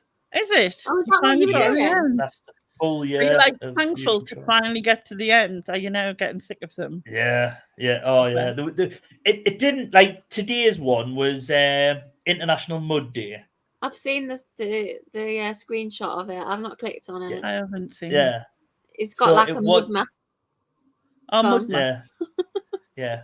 made from the soil out my garden. No. Yeah. It's just mud, isn't it? No, I made sure there was no worms. All right. A couple of sticks eventually got picked out of there, but it was just mud out the garden. It's just mud, isn't it? Mud's mud. But like other days, it's been ones, and it's been like some days it's been like 4 or 5, and it's been hard to choose. I could do this, I could do that, and some days I have put out 2 or 3, and then other days it's just like, Jesus Christ, it is so hard to think of how to do something on any of these. But yeah, it's cool that you've done like a full year though. Yeah, I didn't realize that's what you were doing. Yeah, because originally it was just going to be one for a month, and then I thought, I'll try and carry on. Because someone at works, because I said about a month, and she went, I thought you were going to say yeah. And I went, why did you not think I could do yeah? She went, nah, you'll get bored. And I was like, right, I'm going to do yeah then. So, yeah. So, even on Friday, she was going, I can't believe you've done a year. And I was like, I know, I've done it to prove you wrong. Thanks, Lynn. The best one that I've seen, I've not seen them all, but the best one is the Goth Day.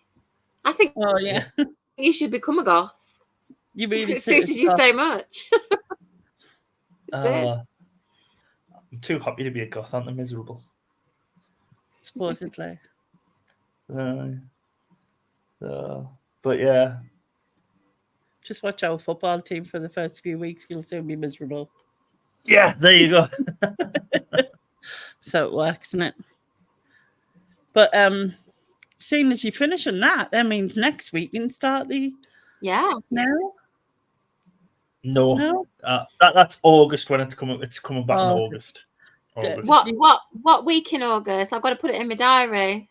I was going to try and make it the first week, but I don't know because I'm just getting back off holiday in I've got the last week in a bit in July. I'm on holiday. So unless you're a burglar who's thinking they're going to burgle my house, I'm not. I'm here all week. I'm just hiding out. He's staying there. Yeah. So which now album are we up to? Is it 21, 22? 22. 22. I've still had this on my wall the whole time in the dining room, which my wife's not happy about.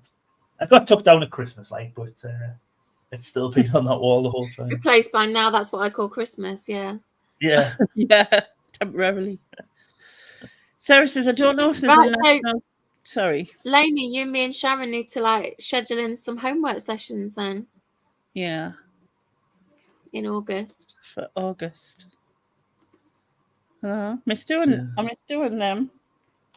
I know, they're good. Bitching sessions about how bad we always have a good laugh. We were talking about one last night, weren't we? The worst ever Bros track to appear on those albums so far. Anyway, is that Bros one?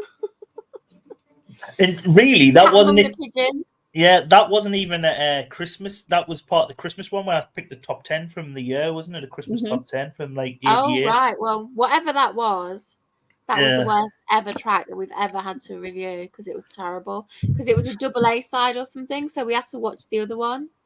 Yeah, Cat Amongst the Pigeons and it's basically Silent Night. Was it Silent Night or something? Yeah, 30-year-old man runs away from home. And his 30-year-old twin brother goes looking for him with his mate. His other 30-year-old mate, yeah. He ends up in a creepy church. Yeah. Starts singing Silent Night. Like a scene out of The Exorcist. Yeah. And then his mum and dad finally walk in and going, yes, at the back. Standing at the back. Yeah, it was awful. Absolutely awful. See, Lisa knows. Lisa knows it was awful and all. Terrible it was. Yeah. But yeah, the by the way, the charity theme for this year is gaming and game shows. Gaming and game shows. That's the way you said it 3 times. Not that bad. My accent is not gaming and game shows. Games, gaming and game shows. Game shows. Anyway, if only Ian was here. He's so good at accents. Yeah, and he always does my. And then I copy him doing my accent, so I make it worse. So weird. But yeah, that's the theme. So I'm thinking I'm going to do the generation game. Right. Which I might just borrow you for that. So fondue set, cuddly toy. Yeah, there'll be that part. I'll be showing pictures going by and they've got to remember them. You know what I mean? Doing that. Well, what you should do is just get a big toilet roll, right? Put it at one side. Get your son to stand at one side. Put the toilet roll on there, and just pull it across with a load of stuff on. piece of string with pegs on going along. Yeah. You know them cards that children get where it's like apple and it's all like that. Yeah. And for ball and stuff like that. So just do one of them going along. Yeah. Then just have a cuddly toy in. The cuddly toy. I'll tell you what would have been good for one. Do you know, like, because piece of paper you'll go like that, and it would be, oh, damn it, it's ripped up all the time. But do you know borders what you used to get on? Oh god, yeah, one of them. Oh yeah, those. One of them. If you'd done one of them, because it'll be tougher, and it will probably be. You'll probably just be able to put it on like a stick or a bog brush or something, and like pull it along. No expense spared in this. Yeah, well, yeah, exactly. And then I'll be like, have you seen my drawing? I'll be drawing pictures, and no one will know what they are. They'll be saying different things anyway. Night, Lynn. Night. But yeah, it should be fun. Obviously, try and think of a few others. Might do another Banish bin, but like change it slightly for everybody. In that will come on as like how I did it for mine. Like when yous all came on for mine, I would like have yous on, but you only get like one thing. Like, I can't do that. I can't do one. If I'm coming back on the Banish bin, I've got to do 3 10 takeaways. I can't do one. No, you do like one thingy, and like so say like there's 4 of you on or whatever, and then you all get like, I don't necessarily have to have a categories, you can just maybe do a random mix or something, and then you choose 3 things that you want to get rid of, and then the other people who are in the thing with you have to then decide on the one to keep, which might be awkward because people will want different things, so you go put your own thing forward, and I'll end up being the adjudicator, which means people will go, oh, you took their side. You only took that side. No, but I like cucumbers. So ever since I did the Banish bin, I like everything in life is like, oh, that needs to go in the Banish bin. Like everything that I come across, I'm like. So I just can't do one. If I do the Banish bin again, I've got to do a whole show. Soothing to do a whole series, never mind a whole show. I could go on for weeks. Sarah had the weirdest dream a few weeks ago. Jim Bowen was between takes doing Bullseye and offered me his vape to share. Odd. Very odd. Where did Jim Bowen come from after all these years? It's just get like, well, probably a cemetery, because he's not with us anymore. Well, I know, but in Sarah's dream, yeah, been thinking about Jim Bowen. Yeah, when he goes, you've got 3 darts, but he's got you've got 3 drags. You can.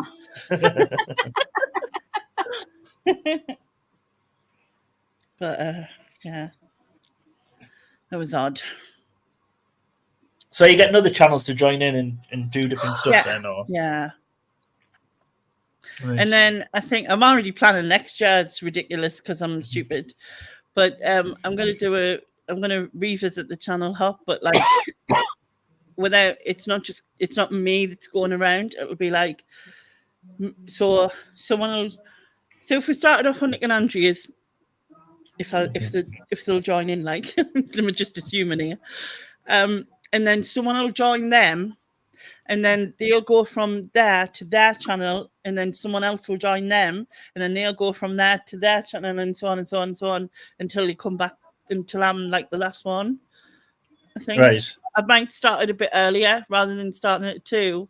I'm going to start. I think I'll start at 12 because I know I can't do any longer. Because the only other option would be to do a longer one. Uh-huh. And I definitely couldn't do 24 hours for one. Do 26 hours every day of the new year. That's someone else's idea, and I don't want to take it. You know what I mean? Steal that idea. Yeah, I don't want to spoil that idea for them. And I definitely don't want to try different foods from each of the parts of the world that they celebrate. And not just drinks as well. So yeah, so that is the plan for them. You know, when you did it before, wasn't it on other people's channels before? Yeah, like I went to other people's channels all the way around, but this time I'm not doing it. So I'm getting other people to jump like to different channels.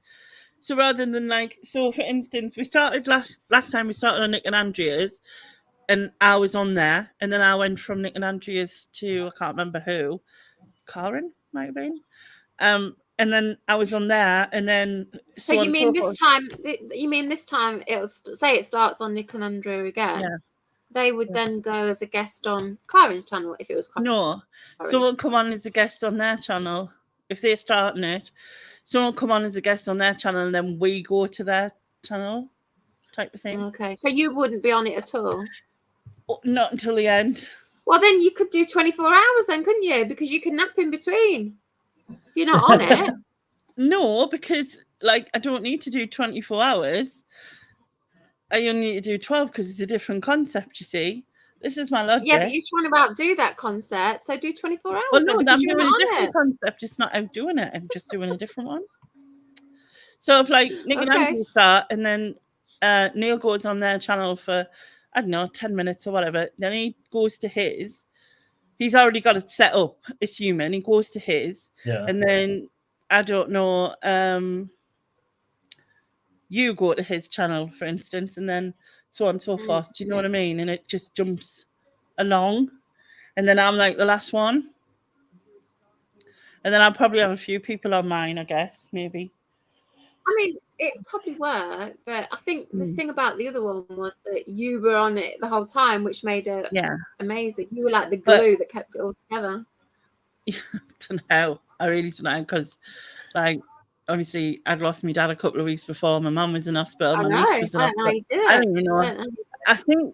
I think my focus was on it so much that it got me through in a way. Do you know what I mean? Like, it helped you at the time. It did. It really did. Because like loads of people had said to us, everyone would understand if you didn't do it, and I was like, no, I really needed it to focus, and also because it was for dementia, which my mum had, it meant a lot to us. You know what I mean? So. Yeah, and obviously the planning of it and all that, and then the fact that it went as well as it did, like blew my mind, because I got to the point where I just thought, whatever happens, it doesn't matter.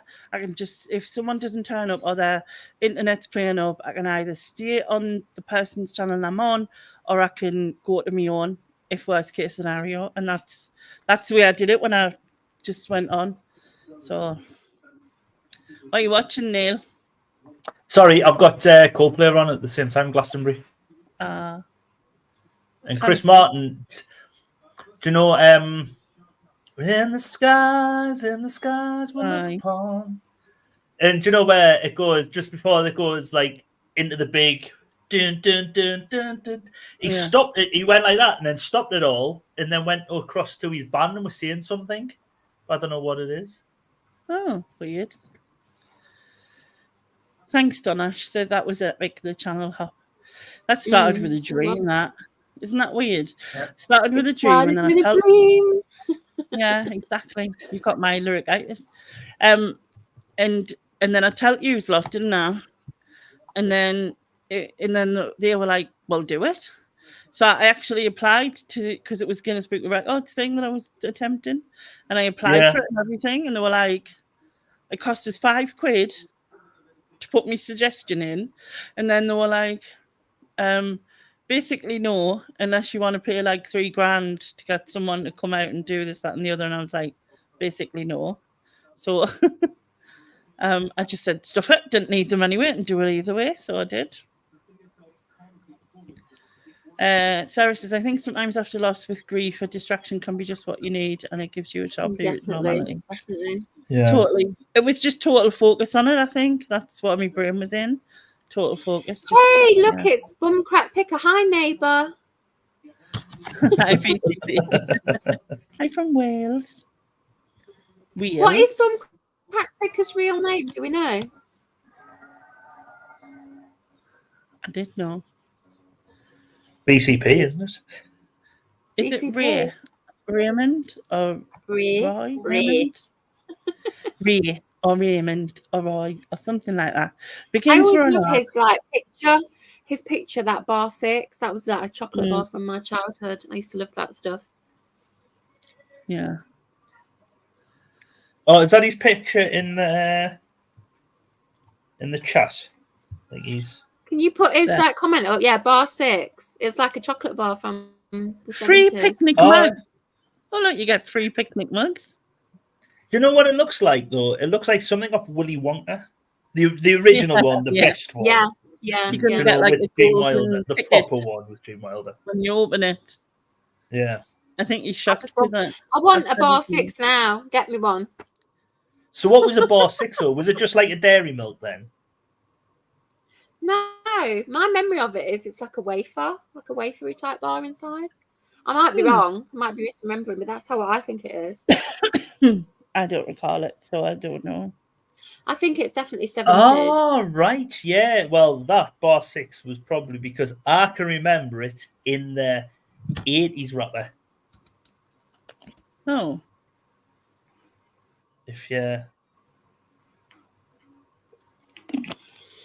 Yeah, I'm just looking it up and it says bar 6 was a chocolate bar with wafer and hazelnut cream. So it's a bit like a hazelnut Kit Kat kind of thing, I guess. But it was really nice. That's my memory of it. Is that like what's it called? Kinder Bueno or whatever? Isn't that like wafer and... Oh, I don't like them. They're horrible. No, because they've got liquidy kind of like gooey stuff going on in there. No, this was more like it's a bit more like a Blue Riband. Oh, right. But in smaller bits. That dryness wafer, not sickly and sweet inside like that.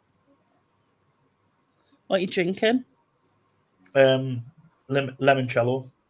I was going to say that. What's in limoncello? Lemon and alcohol. Well, I knew it was lemon, but I meant like, what's the alcohol? Oh God, we had like a major scandal last night where we discovered that the emoji for lime on Facebook Messenger. I was a bit drunk last night, and I said I'm drinking vodka and lime, and I sent a lime emoji on my phone, and it looked like a lime, and I was really happy with it. And then I went onto Facebook Messenger on my laptop, and the emoji for lime that had come through was a lemon with a green square next to it. It was not a lime. It was a lemon with a green square next to it. I was outraged that a lime and a lemon were put in, because to me they're totally different. I love lime. I do not like lemon. Well, one's like bitter and the other one's sweet, isn't it? Like, no. Well, they both got a sourness to them, but the taste of lime is lovely, whereas the taste of lemon is not nice, I don't think. Yeah. But what was I going to say? Bob Mortimer, he's got a, what's his book called? Don't know. It's like, obviously Bob Mortimer, it's just a stupid name. Bob Mortimer book. Wow, BCP says that bar 6 was from 1968 and it came with a few other chocolate bars and he sold it for £100, presumably as an antique, but not antique, but as a vintage item, not as something to eat. Please do not eat. Do not eat this 1968 chocolate bar. Oh, wow. Yeah, Bob Mortimer had a book called The Satsuma Complex. The Satsuma and then he done the Satsuma Complex, and then his latest one's called the Hotel Avocado, but he originally was going to call it the Aubergine Hotel, right? Apart from the publishers went, you do know what an aubergine stands for in text language? Yeah, it's the euphemism, definitely. So they were saying that might come across as something, and he went, all right, I'm going to call it the Cock Hotel instead. What's the reference then? Why is he calling his books after fruits and vegetables? I don't know. I think he is a vegetarian. Is he? No, he isn't. That was Lee Mack when he was on Bob Mortimer and Thingy Go Fishing. Do you know when they go fishing? Lee Mack went along when Bob Mortimer wasn't very well, because he's got like I think he had a really bad heart condition. I don't watch these kind of shows. And Lee Mack went along instead, but Lee Mack was going like along fishing. Apart from he was like, well, I'll not be eating anything because he's vegan actually, Lee Mack. So.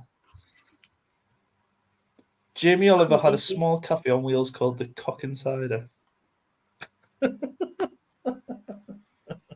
Why has he got a cafe called that? That's rude. Wait, wasn't the one? What was that fiction where it was a big? People thought it was true and it was going around like as a meme, like such a pub somewhere.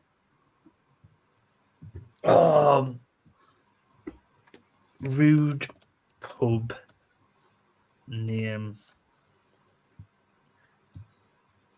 Rude. Yeah. Oh no.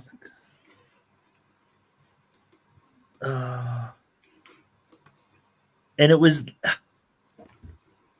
somewhere.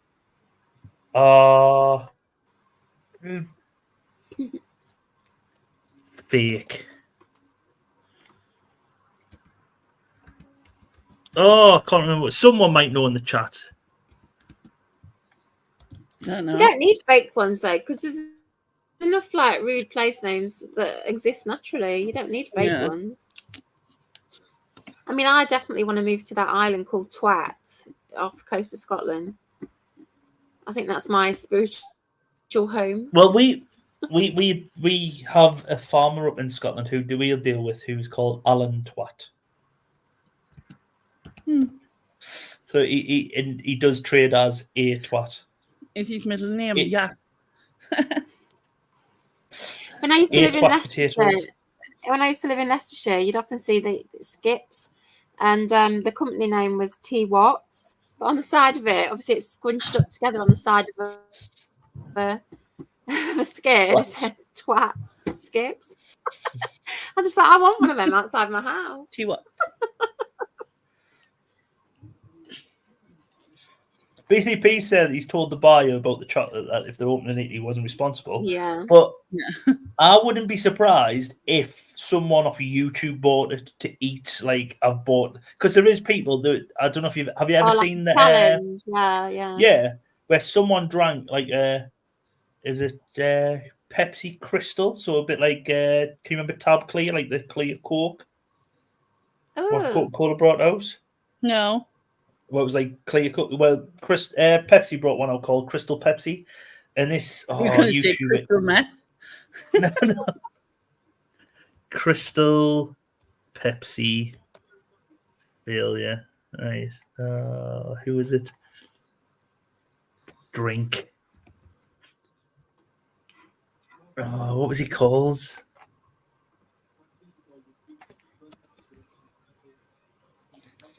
It was between 92 and 94. Yeah, and the person who drank it. Did they get ill? Yeah, I'll send you the clip over on. Oh no! Did they get ill? No, not so much ill. Where's my Instagram? I'll send you Leonie on Instagram, and then you can choose to just play a little clip if she wants to. Do I want to? Or you can just watch Leonie's reaction. Do a Leonie reacts. No, I feel like it'll be dangerous. I've sent you it there. So yeah, and if anyone else wants to, I'll put. Does he shit himself or something? He doesn't shit himself. Is he sick? Does he like spit it out? Because I don't want to spoil it for anyone. It's in the chat if anyone wants to click on it and view it. Obviously, don't keep on Lainey's as well. And where is it, Lainey? Show us it. I don't want to see. Sharon, get on here. I'm scared. It might be like Sharon, click the link and watch the video. It's really good. Yeah, you tell us, Sharon. Dangerous stuff for views. You tell us. I'm going to mute myself when they get because I want to watch it. All right, you go and watch it, and then you can tell me, and then I'll not feel bad because I don't trust you. To be honest, you don't even need to watch the full 4 minutes. You can go to about 2 minutes when he starts drinking it. Mm. Yeah, like that. Do you remember that? Is it the cinnamon challenge where that do a spoonful of cinnamon? Spoonful of cinnamon. And it was just like a ball, and everyone was choking. And I'm like, why would you do that to yourself? I don't get it. I don't get why people do that to themselves. It's weird. Very weird.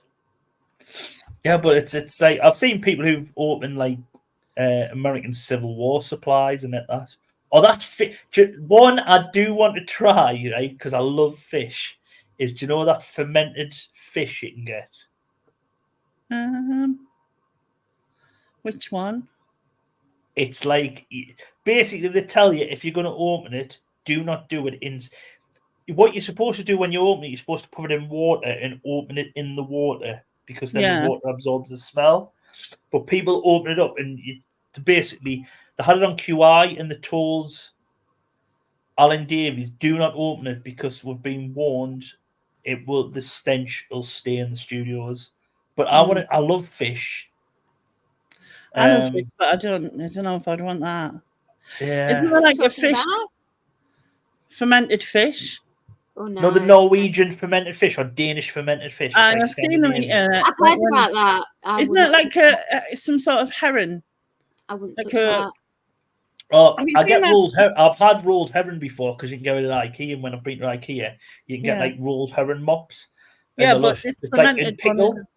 Yeah, and there's what's that fish that you can die from if you get a certain one? That's it. That's in Japan. It's like a blowfish. It's in Japan, and there's certain chefs trained for years to do it, and it's supposed to be lovely, but if you have the wrong part, you can die from it. Yeah, it's weird, isn't it? But it was like a certain type of turtle. Was that video awful then, Susan? Well, I just skipped through it because it's about 5 minutes long, but the bottle that he was drinking out of, it definitely had a tinge to it. It didn't look clear to me. It looked like urine. It was like slightly off, you know. And then he drank the whole thing, and then some of it came back. So he was sick. It came back clearer than what it went down, though. Yeah. Yeah. No, I think I would have been good out. No, it's not a shark, I don't think. It's like unless like a blowfish. Yeah, blowfish or something. Unless he means the fermented thing. I've just looked up that Swedish fermented fish. It's a herring. I thought it was herring. It's called surströmming. Surströmming, yeah. Sour herring. What's his name? Who does Sir Mix-a-Lot? I don't know why. He works with Sir Mix-a-Lot. Guitarist for Sir Mix-a-Lot. Why is it awesome after being sick? I don't know. It's definitely not awesome to me. I know younger when you used to be sick, you used to be like get a second wind if you're out on the drink. Oh, never done that. But there is someone I know who his wife was sick in his mouth. Oh, for sake! I don't want to hear about that. When the first got together, the first night they ever got together, they were kissing each other. She was sick in his mouth, and then she just like legged it, embarrassed. And then about 6 months later, they met in the nightclub again, and she could remember him, but he couldn't really remember her. I think he must have blotted her out, couldn't really remember what she looked like. And then she had to like admit we've been together before. Yeah. But they're married now with 2 kids. Yeah. Reminded us of when I was a student, once after a night out drinking, my friend and I went back to my room and we just sat there and she ate a tangerine orange that I got in my room. And then she threw it up in my sink. And it came out like all the segments were still perfectly formed. Like they were all still like, she hadn't chewed them. She just swallowed them whole. She hadn't, no. She swallowed all these segments whole. And then she brought the whole lot back up in my sink and then left. Nice fucking clear it But that's what my dog used to do. If he used to be really hungry, he used to get his kibble. He used to have little like bits of kibble. And he used to eat it that fast.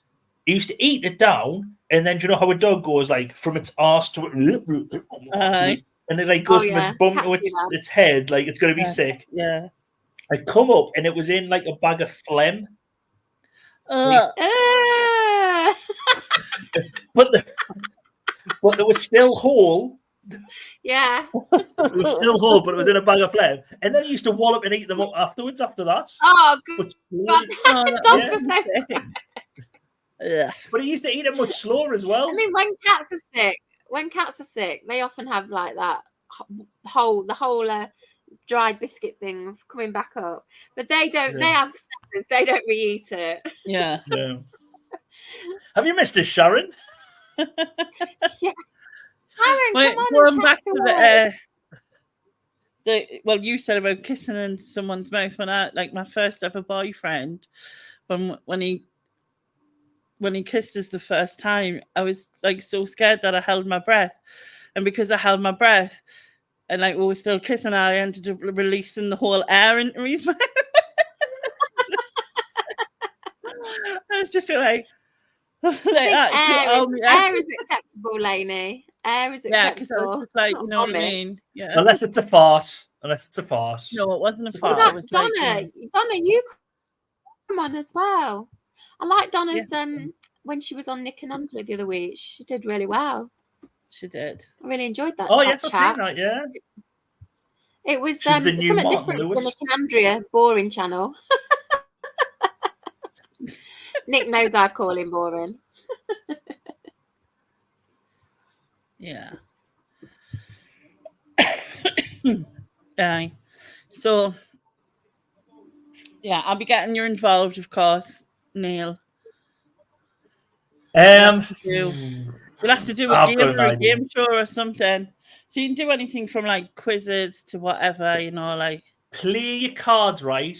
But obviously, we can't call it play your cards right because play your cards right will be trademarked. So it'll be play your higher.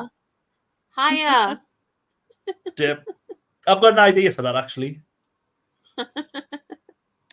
Play my card game. Well, it'll not involve cards. It'll not involve cards. Oh, so. Oh, okay. Yeah. Dominoes? Not dominoes, neither.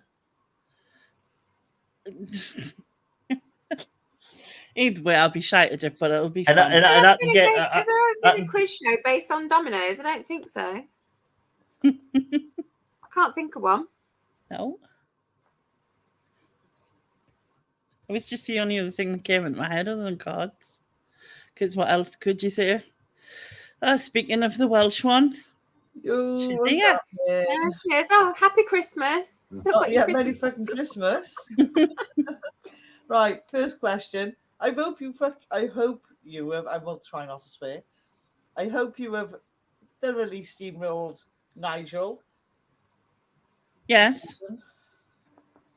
Yes, we've had why is he not being there? And now he's just being a YouTube whore. He's doing. There's only one more day left.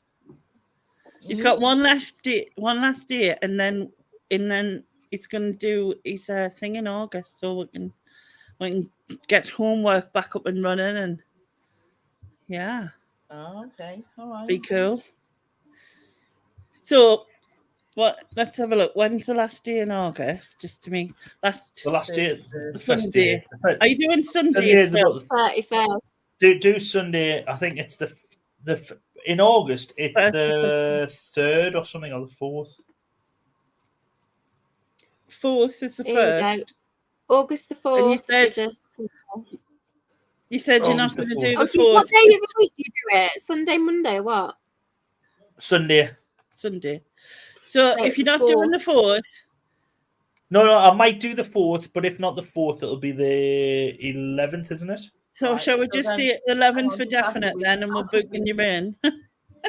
Yeah. It's just I'm positive Michael J. Fox has come on stage. Michael J. Fox has come on stage. At Glastonbury? He has? Oh. What? Strange. Yeah, sorry. I was just going to say, Susan, you know when we were talking about Brian Cox and you were saying, is he getting back with Dareem and that? He did. Mm. Really? Because Glastonbury? At Glastonbury, Oh, wow. things can only get better. that I saw, and then and it was weird because after talking about him, I saw him everywhere. He was like on on Facebook and Insta, and then on TikTok. He was like everywhere, and I'm like, bloody hell! Because someone asked him the question about time travel, and he said that you definitely couldn't go back. But he said there's a possibility of, I don't know how it was, but something or other. I just was like, yeah, that's Einstein's theory. Yeah, you can go forward. Is it? Oh well, he obviously he believes that as well. Is it because you can't go? You can only go forward because there's nothing. The technology is not back. He used big words, and I just went, aha. There was like paraquoxidilol or something. All right, okay. Paradoxical. Stuff. And how much have you had to drink? Me? Yeah. I haven't had any. I've just maybe you need something, Lainey, because you can't say paradoxical. I can't say words at all. I love a time paradox. That's my favourite kind of film. Butterfly Effect. Oh, such a cool film. Holy shit. I love that film. And it gets slated. Loads of people hate it, but I think it's a really good film. Are you joking? That is. I've never heard of that one. Is that with Kate Winslet and? No, it's with Who's in the Butterfly Effect, babe? It's Ashton Kutcher. Ashton Kutcher. Yeah. Ah, right. Not keen on him. Oh, it's a right. I've written it down. Film. I'll watch that one if I can find it. Yeah, Butterfly Effect is a good movie. Yeah. I'm thinking of like, what is it? Mind something. Oh, I hate that one with Kate Winslet and Mark Ruffalo and her favourite. Oh, Jim Carrey. They try and wipe their own brains or something. I fucking hate Yeah, that. I hate that movie. I thought it was terrible. That annoys me so much, that film. It really does. I didn't watch it. I started watching it, then I got bored, so I switched it off. It's terrible. I can't watch that film again. And there was or is it Silver Lining something or other with Bradley Cooper? I can't remember what that's called either. Is that with Bradley Cooper and her who done the sex tapes? I think so. And I could. Martin, it's Chris Martin's missus, isn't it? Is Chris Martin still with her? Who? Gwyneth Paltrow. No. Not Steam and Fanny. It's the newer one. Playbook. Lisa says it's on Prime and ITVX, that film season. Oh, look it up. Thank you. Oh, it's worth the watch. Honestly, it's so good. Butterfly Effect. Well, I think Sharon needs to go and watch the Jim Carrey one. Oh, fuck Jim Carrey. Spots of the Beautiful Man. Oh, I'm mad. Spotless. Yeah, something of the Timeless Mind or whatever. I mean, it's got a fucking stupid title to start with. Yeah, it's a bit long. And then it's got. I didn't watch it. I just. And I can't for the life of us remember what it was about. It's the Spotless Mind, isn't it? Yeah, Spotless Mind. Eternal Sunshine of a Spotless Mind. Yeah, fuck off. Yeah. Eternal Sunshine as well. It's this ridiculous film. It is like an arty farty. It's something what would have been in a load of film festivals, which no one would have watched, and then someone went, "This is Barry Norman went, this is brilliant." It's another recommendation that Lex gave me that disappointed me. I mean, Lex knows this. I'm not talking about behind her back or anything. But she's given me lots of film recommendations, and I'm like, I can't watch that one. And then don't never do it again. Fight Club, so. Fight Club's the exception. Fight Club is the only one that Lex has recommended that I was like, oh yeah, this is a really good film. I've never bothered watching Fight Club along with Sixth Sense because Memento. Everyone else agrees it's a good film. It's a good film. Has Fight Club been spoiled for you then? Yeah, because I know what happens. It's just his imaginary friend. That's bad though. You want to watch it without knowing the secret of it. Yeah, I didn't guess it. I kind of got a feeling about. I think there was something up, but like 3/4 of the way through, there was a scene where the Brad Pitt character, I think, was in the cellar. Yeah. And the I just the other thought if anyone in the side chat hasn't seen it, spoilers a bit late. And it just felt. No, I'm trying not to No, spoil not it, but you. it just felt. Neil. it just Oh, felt sorry. like something wasn't quite right. Yeah. That's when I started to get a feeling that something wasn't quite right. Was that I might any as good well for go the that? whole. Darth Vader's Luke Skywalker's dad. Bruce Willis is dead, and Guy Pearce killed his wife. There you go. Oh, bloody hell. Also, Memento. Leonardo DiCaprio That's such a is really mental, and that's why he's on Shutter Island. I love Shutter No, Island. so He could have fit on the door. Yeah. Memento is such a fucking mindfuck of a film. I've watched that a few times and like it just like, oh my god, I still can't get it. I still can't understand it.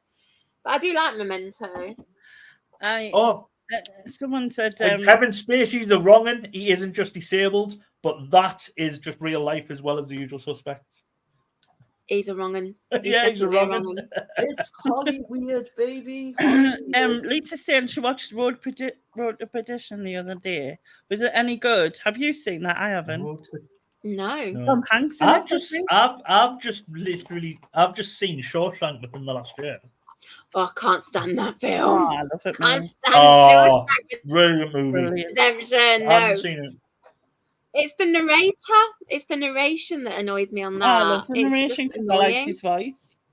It's annoying. think You it said should to me that you hated narration in films, and that one is the worst example of it. No, I hate it when it's flipped back and forth.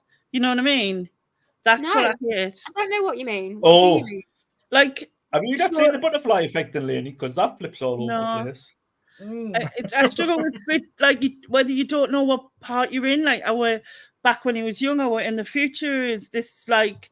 Do you know what I mean? Like, I get a bit. Sometimes it gets too much and I can't follow any film in foreign because I can't read and watch the film. If I'm reading it, I'm quite. I can't read. I can't read. Kinda. No, but you know when there's someone I work with. She turned around. She went, "Oh, if it's foreign, it's got subtitles. I'm not watching it. If I want to read a book, I'll read a book." It's like I'm doing it. Like you're trying to like, watch what's going on, but you're trying to fucking read what they're saying. And you're like, fucking what? Like, do you mean? It's not good. I'm with Lainey kind of on that. Yeah. No, because like I concentrate on reading it, so I don't see what's happening. See what's going on, exactly. No. And then if you're watching what's going on, you're not fucking. And I don't know what they're saying. I make it up in my head. I don't like you. Okay. If I want a relaxing film, I won't watch a foreign film, but I can watch a foreign film, but I've got to be in the right frame of mind for it to concentrate. Because you've got to read, obviously. Yeah. The thing is, nowadays, with technology and everything, it's getting so much better when dubbing. Because if you've watched, what was that Korean one on Netflix? Not Hunger Games, what you call it? Something, Squid Game. Squid Game, yeah. Right. Squid Game, it was dubbed, but you didn't even, it was so well dubbed, you didn't even like really know it wasn't dubbed. You know I watched a couple of episodes of that and decided it wasn't for me. It's not my kind of thing. But then I watched the Squid Game, the challenge. You know, like the quiz version of it or the game. Yeah. That was fucking brilliant. I love that. It was so random the way that people got eliminated. It was so brutal. The dubbing wasn't like it was when us were young, and it would go up, and then it goes. Yeah. I like that. Yeah, you know what I mean? Yeah.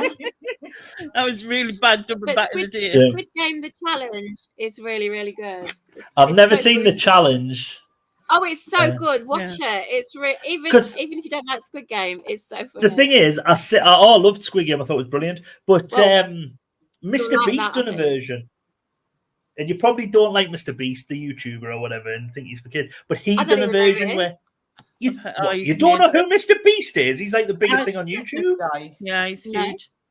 Is that the bullshit? No, he's not. Yeah, but that don't mean I have to watch him. I've never seen him. Don't know who he is. Did Sharon just say, is he the fitness guy?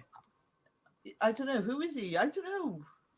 Mr. Beast's a massive YouTuber, Jimmy. He used to do like challenges that the kids didn't he? Like that they thought was funny and whatever. Yeah, he does some good ones. Sort of thing that I would watch. So he done one where it was a challenge where he got someone from the ages of 1 to 100, put them in a box with a clear perspex box with a bed in, and the last person in the box won like £1 million or £100,000. You put 100 Sorry, Sharon? person in a box. Yeah. How did it work with the 1-year-old and a 100-year-old? Yeah. Wait, there was a 1-year-old, 2, 3, 4, 5, 6, and as soon as they stepped outside the box, they were out. So they had a 1-year-old in a box, but the parents would have been like on. Probably have more of a chance. They're not going anywhere. That's what? Like, who even thinks that shit? I think it needs to Mr. see Beast. Yeah. People are weird. It's like the Sidemen that they've just like my son watched them since growing up, like KSI and the Sidemen and all that, which obviously I know of, and it used to drive me insane because KSI is obviously noise, and then KSI brought his own Prime out, didn't he? Like that drink. The way he's part of Prime with Jake Paul, yeah. And then the Sidemen have kind of drifted off on their own a bit, haven't they? And they've brought food out called Sides, which is sold exclusively to Iceland. You can get them in Tesco's as well. I don't know who any of these people are who you're talking about. Mr. Beast's got his own chocolate out called Feastables. Right, never heard of him. Right, explain. Like, is he? Like, he sounds like Don't make. He's just a YouTuber. He's a YouTuber who's just like. Yeah, but you see, YouTube is such a vast thing. Yeah. I watch a lot of YouTube, but I've never heard of any of these people because I watch Atomic Shrimp, and I don't. Who's Atomic? See, that's the thing. Exactly. I don't know who Atomic Shrimp is. Exactly, and yet Atomic Shrimp is the most amazing YouTuber. I love him. So I was absolutely fucking gobsmacked today. So as you know, I got family over from Canada. So my young nephew was sat down this morning watching YouTube, right? And holy crap, I was watching this thing. I don't know the name of the channel, right? But there was this woman on there who could have been 14 and 30 at the same time. I fucking kid you not, right? Who was trapped in a virtual reality program of some kind where she was a pregnant cheerleader. Go on, it'll be what's her name? It's Zamfam. It's Rebecca Zamolo. Zamfam. Rebecca Zamolo. Yeah. What the actual fuck is that shit? My mind was melting this morning. Yeah. Like it's this 30-year-old woman who is like in this, like, and she's pregnant. Not only was she pregnant, she was cheerleading, and her waters broke, and she was like, I peed myself. I'm like, this is fucking. What am I watching? Weird. Hey, Bam. Was not even. But I think we all find our own sort of like niche on YouTube. Yeah. It's like for kids. The rest of it could be. The rest of it they could have billions of subscribers, and we wouldn't know they exist because they never get recommended to us. Thank God. I don't want to watch it like that. Because VidCon's on in America at the moment, and there was this group on called Crew, and to be honest, it reminded me of a Little Britain sketch. Do you know when Matt Lucas dressed up as like the Chinese schoolgirl or the Japanese schoolgirl? Obviously, you can't really do that nowadays. Wait. And where she always like and laughs like uncontrollably. And these people on stage were like that. And I was like, what are these doing? Like, they're in a massive conference. And there was screaming fans in the audience. And I was just like, Jesus Christ, the production on it was terrible. They had no personality or anything. And I just thought they're just giggling. And I was like, it is like me daughter and a friend just messing around on stage. But they've got thousands of, probably millions of followers. And I'm like, so what was the other one? Madness. Kids Squad. Kids Squad? Kids Squad. With like weird kids in this big house. Almost songs. It was almost like a snowflake version of Why Don't You? That's what it reminds me of. They're all like singing and dancing, like, hey, and yeah, it was. I'm like, I don't know Kids Squad. I don't know Kids Squad. The ones my daughter watches, well, my youngest one is Rebecca Zamolo sometimes. What's his name? Jordan Matter. Anyone's got kids? Yeah, I've no Jordan idea. Matter's a cameraman. And he's got a daughter called Salish. Who's like a gymnast. Oh, and I tell you what, that is actually filtered through. Was that the one they sort of like, they do dances and shit together, the father and daughter? Yeah, like seriously, like that's filtered through. I know that one. Yeah, and he goes around like shopping malls and they do a challenge where she's got to go off and hide and he's got to find her. Oh yeah, that's going to work out well one day, you know. It's like, I can't find her. Where's she gone? She's being kidnapped. Do you not think like Mr. Beast is an unfortunate name now because it kind of sounds predatorish, doesn't it? No shit. Like, doesn't it? You don't. Like, go and speak to the nice man, Mr. Beast. Yeah. Just seems a bit odd. Well, like Sarah's saying that, Mr. Beast chocolate's £3 a bar. I know chocolate's gone up in price, but his are ridiculously overpriced. But kids will go mad for it like Prime. Yeah. Shit. But this woman, honestly, my mind's melted. I'm like, what is even going on? And then she was stuck.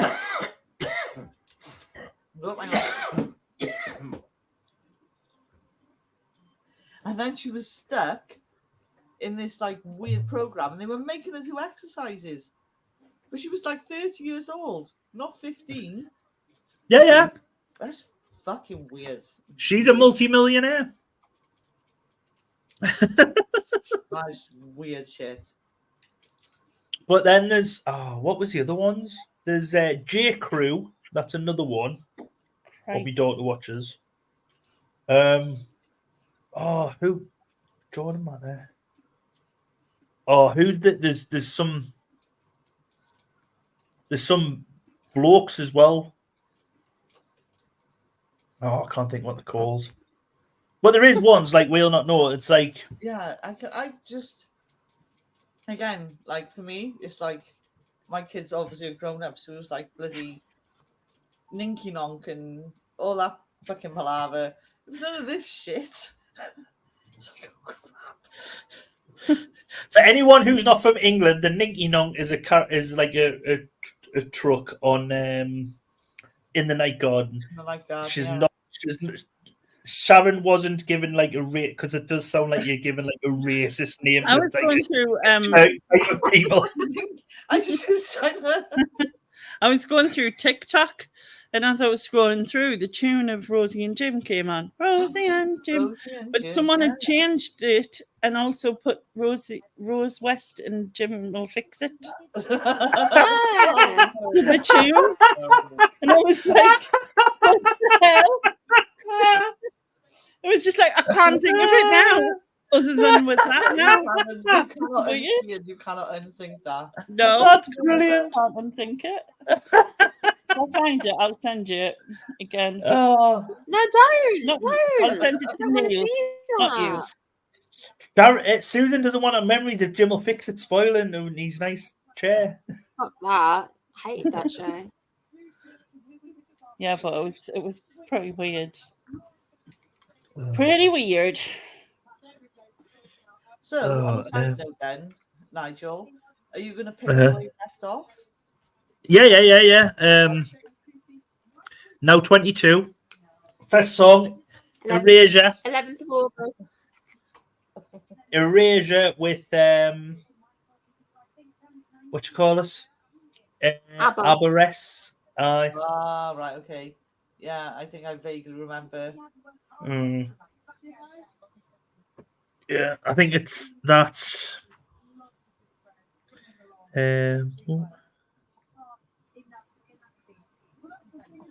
Sorry, I'm getting messages through off my wife as well because. It's like shut the fuck up down there, will you? No. But I'm not talking that loud because they're in London at the moment. So. Okay. Oh, this is why you're on YouTube this weekend, is it? Yeah. And they're in dance competition, like dance. No, they've gone down to Pineapple Studios. All right. Well, that's dance related still. Yeah, dance related. They've got the what the they went to Pineapple Studios because Ava was like, she come out, she was like, I'm just getting a dance lesson off someone from The Next Step. Now, again, you'll not know what the next step is. The next step's like a dance. It's like a dance. What do you call it? What do you call it on CBBC? Like a dance show. Yeah, isn't it like to like sort of they have a dream, so to take the next step towards their dream, or is that not the same show? No, it's not that.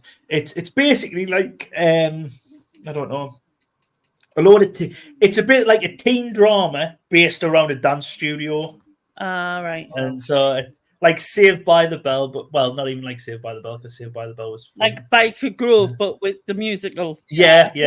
Biker Grove. No paintballing and people going blind. No Ant and Dec. No Ant and Dec. No donkeys stolen from the Denton Burners. And Jeff Man. There's a donkey in the grove. A donkey in the grove? Jeff, there's a donkey in the grove. Spuggy was I've never seen that show. You know. Spuggy was from Sunderland because I know anytime she was on a night out, right? Because she had like ginger, big curly hair, still had it like in the late 90s, early 2000s. And I can remember queuing for one of the nightclubs in Sunderland, Chambers, and her being in the queue and people just shouting and giving her grief like, Spuggy! And I remember someone going, Spuggy, you ginger cunt. Sorry, Spuggy, you ginger cunt. And everyone just like, oh, God. Why would you go out? You would move and just try and go out to Manchester or somewhere. You know what I mean? Yeah. Yeah. I've seen her. I can't see, man. Hello, Nick. Apparently, you get everywhere, Neil. Are you coming on, Nick? There is space for you. I did say. The link is in the chat. Biker. Whoa. Do you know something? I never watched that as a kid, though. I never watched it either. I was a Home and Away person. Home and Away was on 5:10 to 5:35, and then you used to turn it over from 5:35 to 6 o'clock for the news. And then hopefully nothing bad happened in the world, so your mum and dad would only want to watch the headlines, and then you could turn it over to either like Desmond's or something on Channel 4, Games Master, or Fresh Prince on BBC Two. Yeah, never seen Fresh Prince either. I think I was an adult by all the time all this was coming on because I don't remember seeing any of these things. But yeah, I don't remember all them. Again, great theme tunes. Desmond's, another good theme tune. Fresh Prince, good theme tune. Neighbours, Home and Away, brilliant theme tunes. None of them are going to be. There's a voice keeps on calling me. Nothing's going to beat that theme tune. It's where I want to be. I wrote the theme tune. I sang the theme tune. What was that from again? That was from Little Britain. Little Britain, but it was a Mickey take of Dennis Waterman from Dennis Waterman. I could be so good for you. Doing things you want me to. Why was even that the theme tune? I'll be so good. Because he wrote it and he sang it. Yeah, no, but like it was a car sales thing, wasn't it? And like because Dennis Waterman was the minder of Arthur Daly. Aye, and he owned car sales rooms. Yeah, he was a dodgy dealer type. Dodgy, very dodgy. Remember his cigar and his big coat and that. And he used to also do liquid gold adverts with Leeds Building Society or Leeds Bank. Yeah. Crossroads, never watched it, Joe. Oh God! Oh, watch that. That was on in my childhood with all the trauma from my childhood. The wobbly sets. Yeah. Like prisoner cell blockade. But there was a dramatisation of Noel Edmonds' story on late last year, written by Russell T Davies. Yeah. And it was It was called Nolly, and it was about how she was axed from Crossroads. It was fucking. It had what's her face in that actress? Oh my God, what's her name? The brilliant actress. Forgotten her name. But anyway, what else is she in? She was absolutely loads of things. She was in Fight Club for a start. I'm thinking about that. I can't think of her name. Why can't I think of it? Who was married to Tim Burton? Yes, her. Oh, Helena Bonham Carter. Yes, Helena Bonham Carter. She played. What you should have said. You should have said she was in every Tim Burton movie alongside Johnny Depp. Johnny Depp, yeah. Yes. Anyway, she played Noel Gordon, who got axed from Crossroads, and I remember it happening because it was like a major news story because she came out of the studio and said she'd been sacked, and it was like a massive scandal. And that TV show that last year, it was called Nolly. It was like 3 episodes or something. Was so fucking good. It was brilliant. I mean, Helena Bonham Carter is brilliant in everything, but she was super brilliant in that. I really loved it. Yeah, Crossroads. What a horrendous show. It was really bad. I just remember Benny with these hats. Benny with a hat. Beanie. But it did spawn an Acorn Antiques, which is brilliant. Yes, it did. Yeah. Acorn Antiques is so fantastic. It is. Is that the one with Julie Walters? Yeah. Julie Walters and Victoria Woods. Yeah. Victoria Wood. Again. Yeah. Victoria Wood's just fucking genius. But if you remember, I keep saying Coronation Street. If you remember Crossroads and the big scandal, go and watch that. Go and watch that Nolly by Russell T Davies.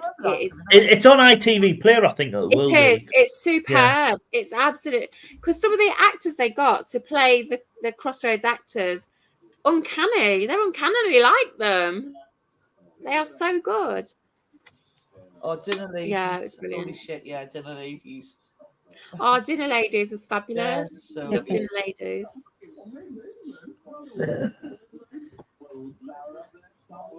Because there was a couple of the actresses from Corrie and Dinner Ladies, wasn't it? There was wasn't it that the young girl?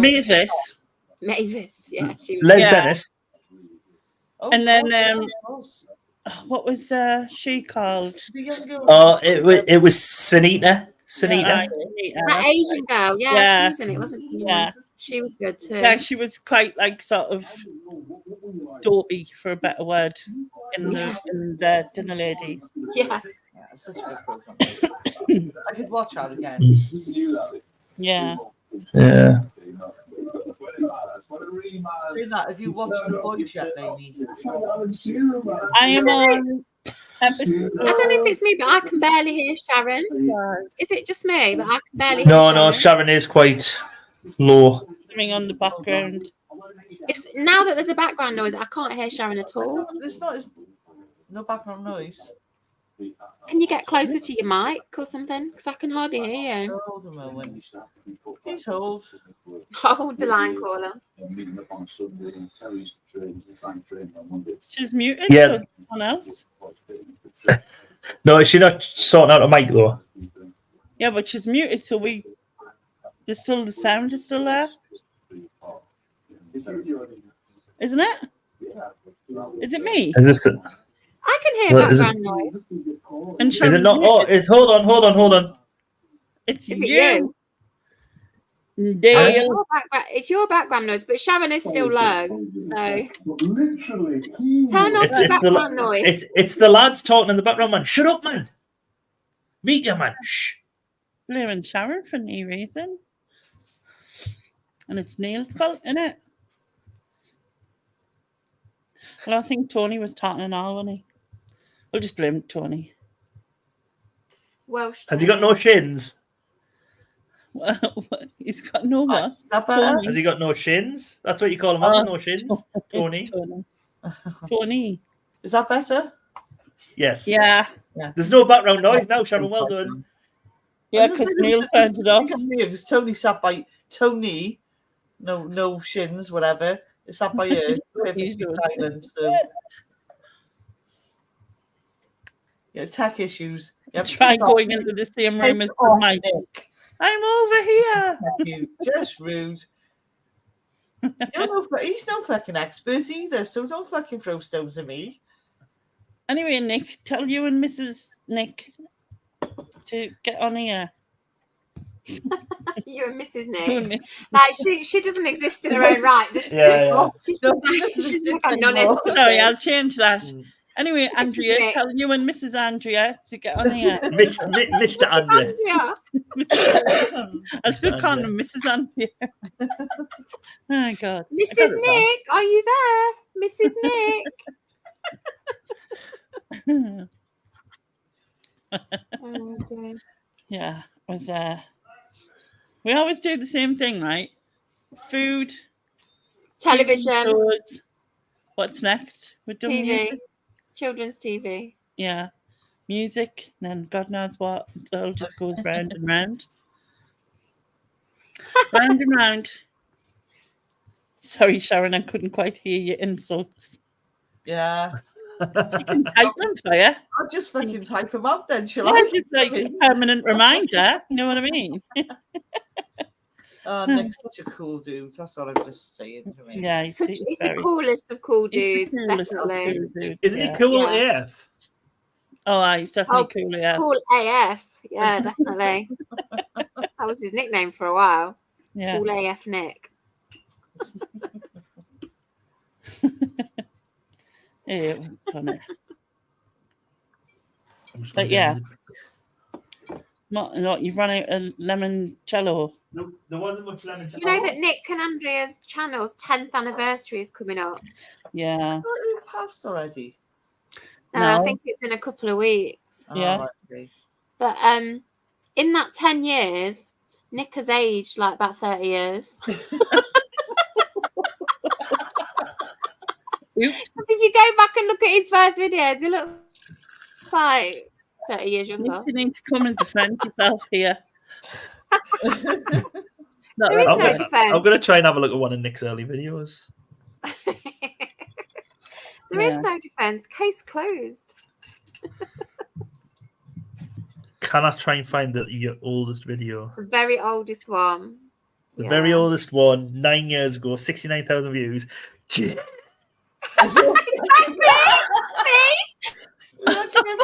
that is a genuine reaction. Oh my God.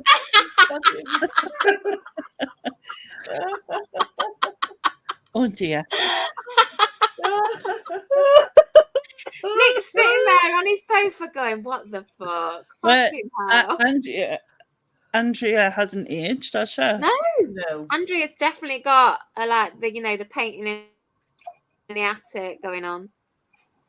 That's getting older and older while she's staying young. Oh, I've never heard that before. The painting in the attic's getting older. Oh, yeah, it was a novel called The Picture of Dorian Gray, and there's a film as well. Yeah. But basically, he gets this magic painting of himself, and it goes in the attic, and the painting gets older and older and older while he stays young. Yeah, so that's what Andrea's got, that painting in the attic. Ah. Neil is stunned by how handsome I am, obviously. Yeah. Was. Was. Not that I'm saying you were handsome, but how youthful you were. Handsome when he got a bag on his head. Nick took one for the team and took on Andrea's agent too. Yeah. I've just sent you a message, Lainey, on Instagram. A photo. Oh. Let's have a look. See what it's all about. Oh, listen, Andrea, you don't have to pay us. It's free. Don't worry about it. I don't know if you can. Oh my goodness gracious! Wait a minute, I'll put it on just me. Yeah. I mean, look at that child. Look at that child. Oh look, so not sweet, so naive.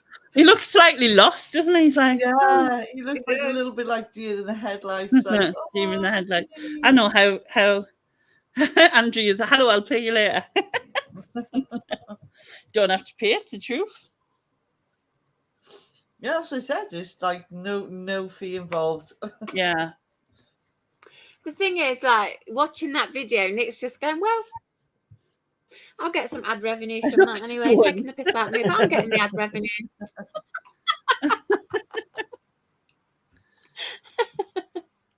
He says he looks stoned. Bless. Right, I need to change my thing because I've gone blurry, or I'm just my eyes have gone blurry. Donna says he has hair.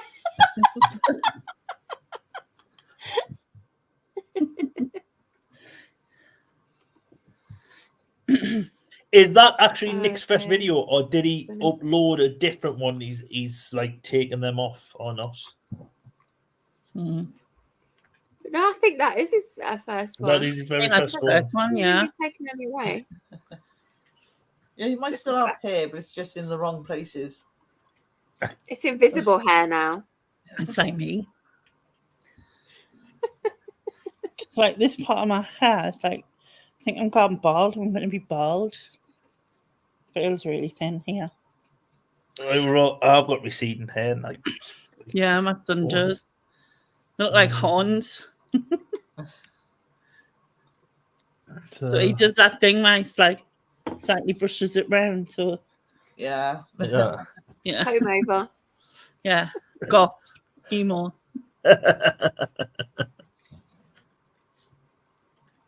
Yeah, like just fucking shave it off. Fuck it, do it. Get it all off. And you, Lainey, shave it off. I've got a proper potato head. I can't. For charity.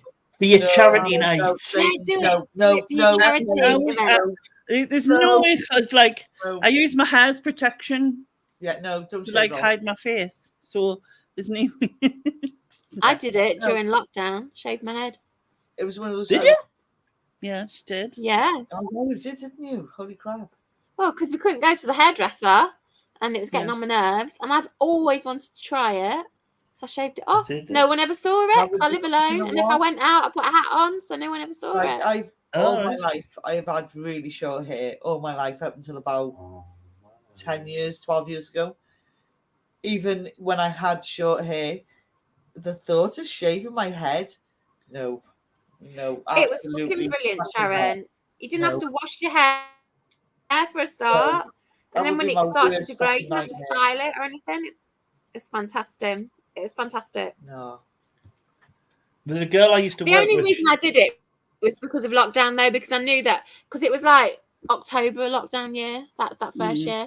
And I knew that I wouldn't see anybody. And I could, if I went out, it was winter, so I had to put hats on. I get it. If you're going to do it like that, no one saw it. By the time spring came round, I'd got a couple of inches of hair, so it's fine. But I didn't do a Britney. I didn't go nuts or anything because I was chatting to you guys by then, and I was telling you all about it. So I wasn't going. No way. I couldn't do it. Even like again, I had like really short hair. I couldn't I could not shave it. Feels so good. It feels so good though to have no hair. I loved it. Now I've got full on potato head. It's like it's probably even got bits of roots in places, you know what I mean? Now when they're gone a bit green and that just wouldn't look right. Nick was planning to shave his off. What, your hair? Or just your beard? Susan did a Britney. Yeah, can you imagine us? My hair. Right, I think we'll wrap up on here and then say goodnight to peoples, yeah? Because it's nearly three hours. I said to myself too. I was going to say no, stop it. So we shall say goodnight, but thank you to everyone for joining. It was a lot of fun just to do a random chat now and then. So it was good, isn't it? Yeah. So we shall see. I'm going to try and do a video just to catch up with bits, and then I don't know when, possibly tomorrow, fingers crossed, but we'll see. And then, after that, God knows, but yeah. And watch out for Neil back in August. August the 11th. August. Yeah. August the 11th. August the 11th. 2024. Be sure about this shit. Yes. Like, I'll be there. I mean, put it this way, Neil. If you're not, we'll be outside your house. Go on. I was going to say, can I just say, he could be on his world trip. Yeah. Yeah, he's got time. I sort of done it with shorts this year, though. I don't mean like physical I've shorts, I mean YouTube shorts. Your shorts have been fucking smashing it, in all fairness. They've been awesome. They really have. Yeah. They've only got one more day, and there'll be 2 possibly. Yeah, don't fucking possibly nothing. No. Maybe Do not fucking dangle that carrot, Nigel. Stop it. No, that's just my YouTube shorts. That's tomorrow's one video. At least. YouTube shorts fine, but like, don't dangle that carrot. Don't make us do homework that we don't need to do. No. That will be coming back in August. August.